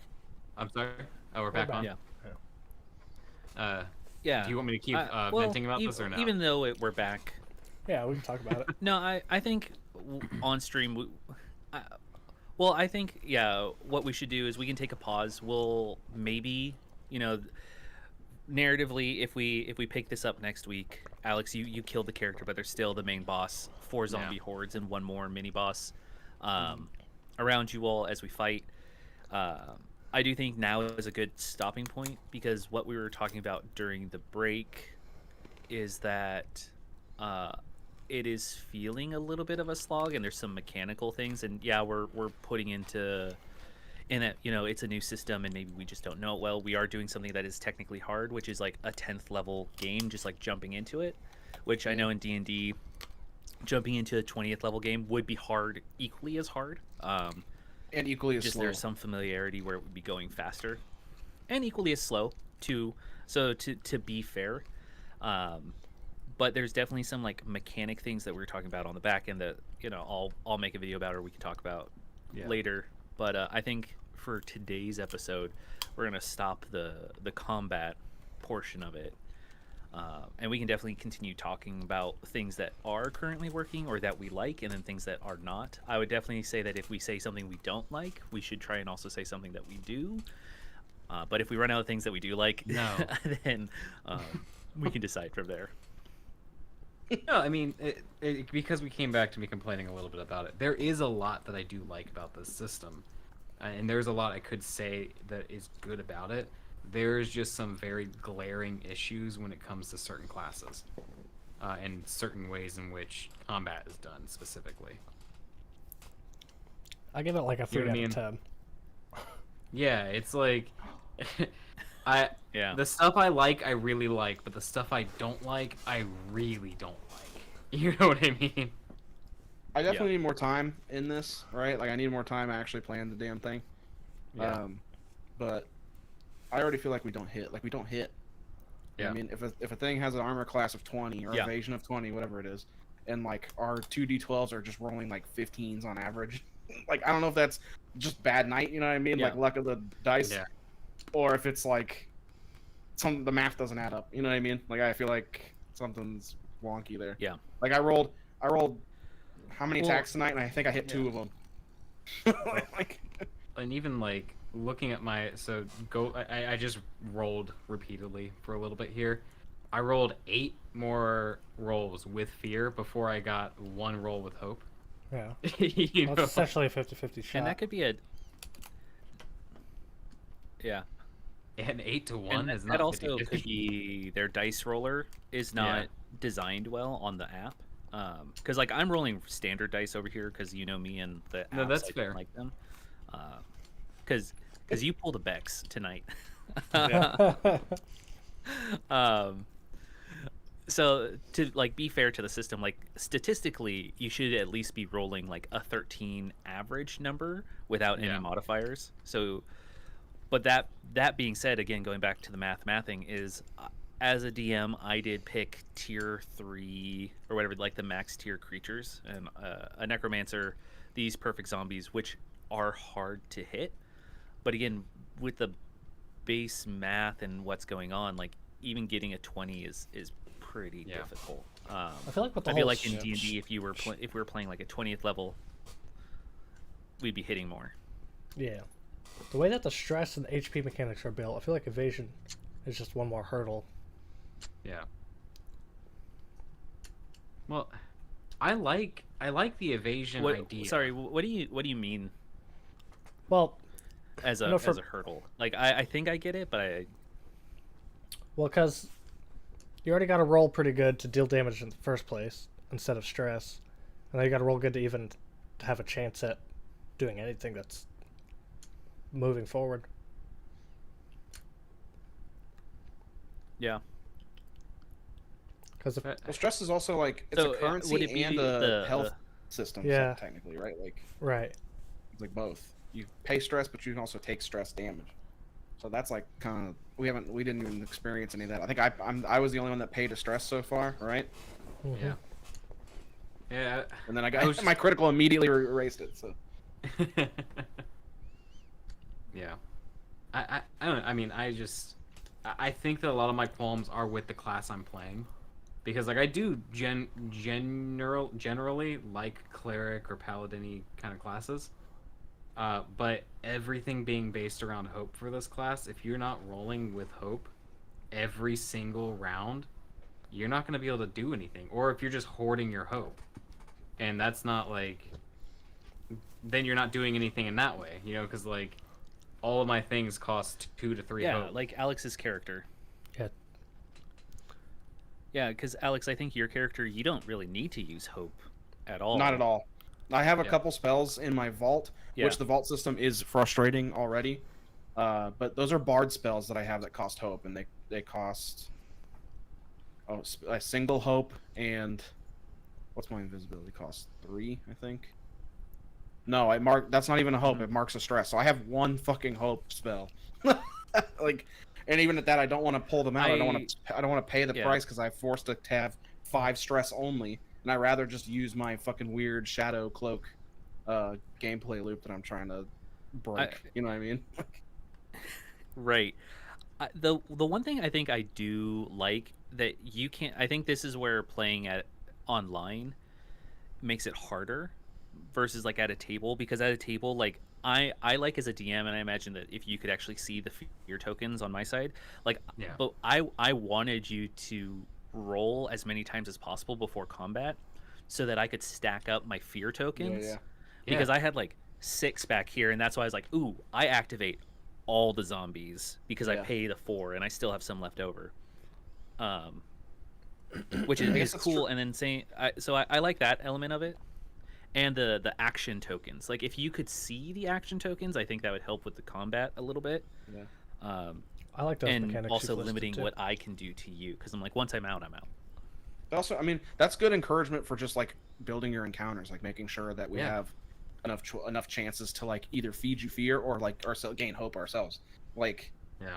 that's kind of, I think, the balance. It's not just a boss fight simulator. Like, we need to actually have a whole thing. You know, we need to have like a encounter. You know, like going from Yeah. like kind of like we did today, right? Like, Yeah. going through the thing, talking to people, making sure that shit happens, because we have to stock up on that stuff before combat. You can't just kind of murder hobo. I would your way also through. say that, yeah, there is a rules mechanic for short and long rests and like building hope during that time. So if someone else was to do, and I'll probably do it Sunday for the level 1, is instead of starting with 2 hope, just give you the 3. Like you just had a long rest, so you have that additional hope Yeah. on there, so that when you do start rolling other things, you all are already ahead. And I'm just trying to get fear tokens by making you do small things, Yeah, and yeah, hopefully you get more. Yeah. I like that system about it. I like how Yeah. even though the initiative tracking thing is not existent here, like it. So I could see where, like we said earlier, like if there's some excited players or just people who are willing to steamroll, you know, whoever, like that could get hairy. But like in a room full of adults, like I feel like going back and forth like we were is actually kind of cool, right? You get like you're like, oh Yeah. shit, I was scared when I did that thing, and then you get punished for it or whatever. Yeah, you know? I So, like that too. Mhm. Well, I think Yeah. what I like from this game is the narrative components of it. Like using the hope dice and the fear dice in narrative settings feels really good. I do like, from the combat aspect, being able to use an armor slot to reduce damage. I honestly don't have any qualms with the stress or HP system. I kind of like I kind of enjoy having less number there, and it's just okay, we just tick away. And I also like the stress is a currency. That's fun. Like if I had more hope, I have a spell in here that does where is it at? It does 4d20 damage. And that's really fun. You know, it just comes back to that initial thing of like, okay, well, a class like mine needs a ton of hope, and if you don't have something where you can like passively switch something to hope, or you can passively gain hope, you're not going to ever have things to do in combat other than just swing your axe or whatever, unless you become a hope hoarder, you know? Like, I think that's something that would help a lot, because like I can give hope to other people. I think if there was like exchange, you know what I mean? Like if I give you 2 hope, I get 1 hope. You know what I mean? Like I can do that with my prayer dice. So I think that would balance it out a lot, because if I roll high on my prayer dice and get 16 prayer dice, I have plenty of opportunities to get more hope throughout the entire session, you know? While giving you hope. I would also say like I- we also like we barely even did any combat, right? Like we would need to get like that's why I want a part 2 to this because I want to see once you guys get enough time to actually read through all your stuff and like kind of digest it better, and then like actually come to the table like ready in this system again. Like it might change the whole entire thing. It might actually be like ready to go. And like I said, like us not hitting could just be a bad night thing. Could be the Bex curse affecting us. But like, yeah. I think part of it too is the monsters I chose because like if I even some of the minions in the tier, like I wanted to make sure that this was like challenging, but I feel like with how they have their tier set up, like their tiers of play, which is basically CR, like if I was going to redo this, one monster of this tier and then everything else is like tier 1, tier 0, where you can feel more like heroes attacking. You know, there's the villain and then everything else is a minion. So that is where it's, I feel like, different than D&D, where again in a D&D combat you want to have like 3 young, you know, you're at level 20, 3 young dragons that you're fighting and kobolds running about, so you have these like pretty strong characters opposing yours. But again, the math to hit is interesting. There's a lot of bookkeeping on the DM side, because I'm kind of iffy for monsters having the damage threshold, because I do feel like, Alex, you got a crit, you should have like messed it up, but it's like, oh, you take 2 hit points. I mean, but how you have 8 total, right? 9. 9. I mean, 2 out of 9. Yeah. As just me, one person, I feel like that's not terrible. Yeah. But like, in the mix of things, if not, like, I think Josh got another hit on it. That was it. Like, I got 1 hit. The problem is hitting to me. Like, what I feel for some reason, my brain doesn't think the 2d12 math works out to the evasion level of the creatures they've made. Like, something about the math there feels off. But again, like, we need more time in this to see if it was actually bad luck rolls or like.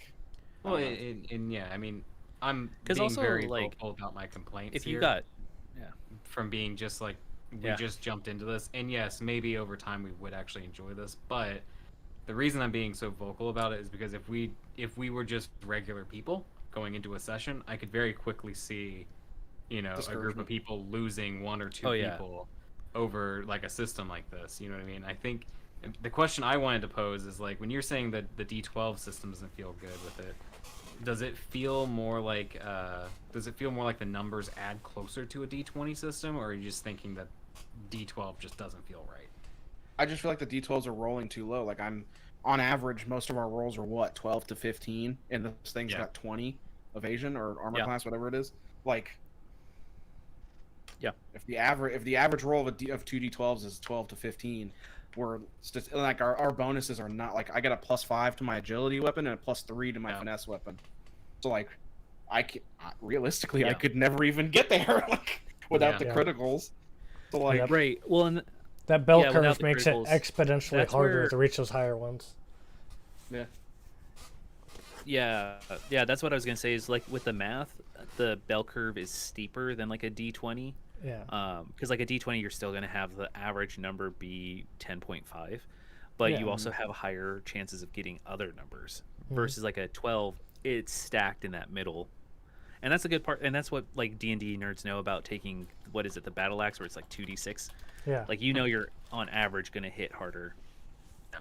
But you're also we had advantage for most of those hits. I had the extra D6 on there, which is even that's ludicrous that we weren't able to hit that much. Like, that was going to be my other thing I was going to say for the end, where it's like, I feel like being 10th level, those advantages need to be like 2d6s or allow them to stack or something. Bigger, because it doesn't feel, or re-roll even, like let you re-roll like your lowest roll and the D6 or something. I'll take like 2 it just wasn't, 2 to 3 D6. It doesn't feel like advantage. Yeah, exactly. Like, if you could stack your advantages, that'd be great. Like you're already a rogue, you had advantage, plus you had it grappled. Like giving you 2d6s on the advantage makes total sense, especially for harder to hit creatures. Like you're building that in. Yeah. So allowing them to stack, I think, would be the ideal Beneficial. case. Like how can I give this? And then also as a team, you're all spending hope. Like Alex is up there on the whatever. I give my hope. Yeah. I also give my hope, and then that one, now you have 3d6s plus your whatever advantage, so you're 4d6 in. You're gonna probably hit the thing. Right. Exactly. Like You have my axe. yeah. Yeah. My bow. Yeah. So, I think that is something that probably would get missed at lower levels when the difficulty is 10 Less. or a lot lower, like below the average. Yeah. Because I think that's why people are like, "Oh, I loved it at a low levels." Because your average is above the difficulty rating for the tier 0s and 1s. Yep. But that's why The you math play ain't math test in it. all Level ranges. 10. Yeah. That's All for right. sure. But I think it, like, there's still part of me that's like, I think it has promise, but there's a lot of, even if you add advantages can stack, or you can add all this other Yeah. stuff. I feel like there's more that's more playtesting, where it's like, okay, what does that really mean? How does that impact whatever? Because I think the damage thresholds also need to be rethought. Yeah. Yes, I would Because agree with that. I think that this has a your lot crit, of hope. yeah. A lot of, pun intended, hope in the system. It could be very nice over time, but it does feel like high level needs a lot more testing. And I think that us playing through it a few more times might even be nice. Like there might even come a time when I'm like, oh, I really love this system now, the more we play through it. But I don't know. I feel like, because as we've been playing, I've been rereading through some of these rules and through this character sheet a lot, and I feel like Alex's character, very well made on his part, but also very well written mechanically. Like it feels like Rogue was really like taken care of, and I'm not so sure a lot of the other classes were really taken care of. We need 9 classes. Yeah. Yeah. We got 4. Yeah. Well, and also like like Josh, not your to- evasion 6. That like I'm gonna hit you every 6. time with these Without- monsters because they have +4 and +6 on their Without attacks. any Like without any bonuses, there's a 94% chance to roll 6 or higher on 2d12 system. Well, did you have all your shit equipped? Like you went through. I and equipped had my all your stuff. armor? Yeah, I got Yeah. 1 minus to something. yeah, armor doesn't. For a lot of classes, armor doesn't help evasion. There's only like two classes or something that actually helps. Yeah. Damn. Well. Yeah, and I think that's the other. Well, you Yeah. can find armor where it does say like helps with this and that, like. But I mean, I don't know, man. I feel like either the evasion number needs to come down, or your base evasion needs to go up if they're gonna keep this system. Right. And then likewise, the actual rolls need to be adjusted. You know what I mean? Well, so on the DM side, I'm not rolling d12s. I'm rolling a d20 to hit. So even with the math, like that still falls into D&D rules, where like no one's AC effectively or evasion should be like lower than 10. Right. Yeah. Yeah. If the Because DM's 10 rolling means a I'm going to hit you D20. like 55% of the time. Why Right. is the DM rolling Yeah. a d20 and we're rolling 2 d12s? To be different. Tell me how Yeah, that math that's like- maths. Yeah, it's a like, Is that's another the- thing that I know a lot of other people have said where it seems off. Is the idea that we could roll effectively like a 24 or higher, and you could roll a 20? I or don't higher, think so. like- I think I just wanted the And you hope also and fear potentially to have be- more crits. The more crits, I could see that. Yeah. They wanted that mechanic. Yeah. And I think it's strictly to fuel the hope and fear. Like you need to be able to. Yeah, feed I the definitely DM think it's and just feed for that yourself.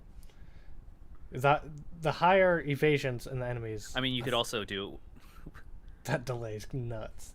We can get off stream, by the way. But How much longer? You Yeah, wanna that's have us true. complain I feel live? like the rest of this. I feel like we've said a lot of the constructive things, and I think Yeah. So I think that the takeaway is like the combat can work, but it requires a seasoned players to actually use it. Like how the system is now, you have to have meta knowledge of how to play tabletops, and the DM has to be able to do a lot of bookkeeping on the DM side, and then like stressing the narrative. I do think the hope and fear die is great for narrative play, but when it comes to combat, I don't think the math is there Well, yeah. at high levels at all. Anything after 14 on the DCs is like crazy how fast that drop off is on your probability. If it's like, I don't know, if it's outside of 14, 16, you're pretty much relying on crits. Like you're more likely to crit than you are to grab that DC. Yeah, my crit, by the way, was on double 2s. So, like... Yeah. Yeah. And I'll save it from we're off. Never mind. I'll save it from we're off. We're gonna get off I can right bring now. Remember, All cream right. pie your soldiers. Always. And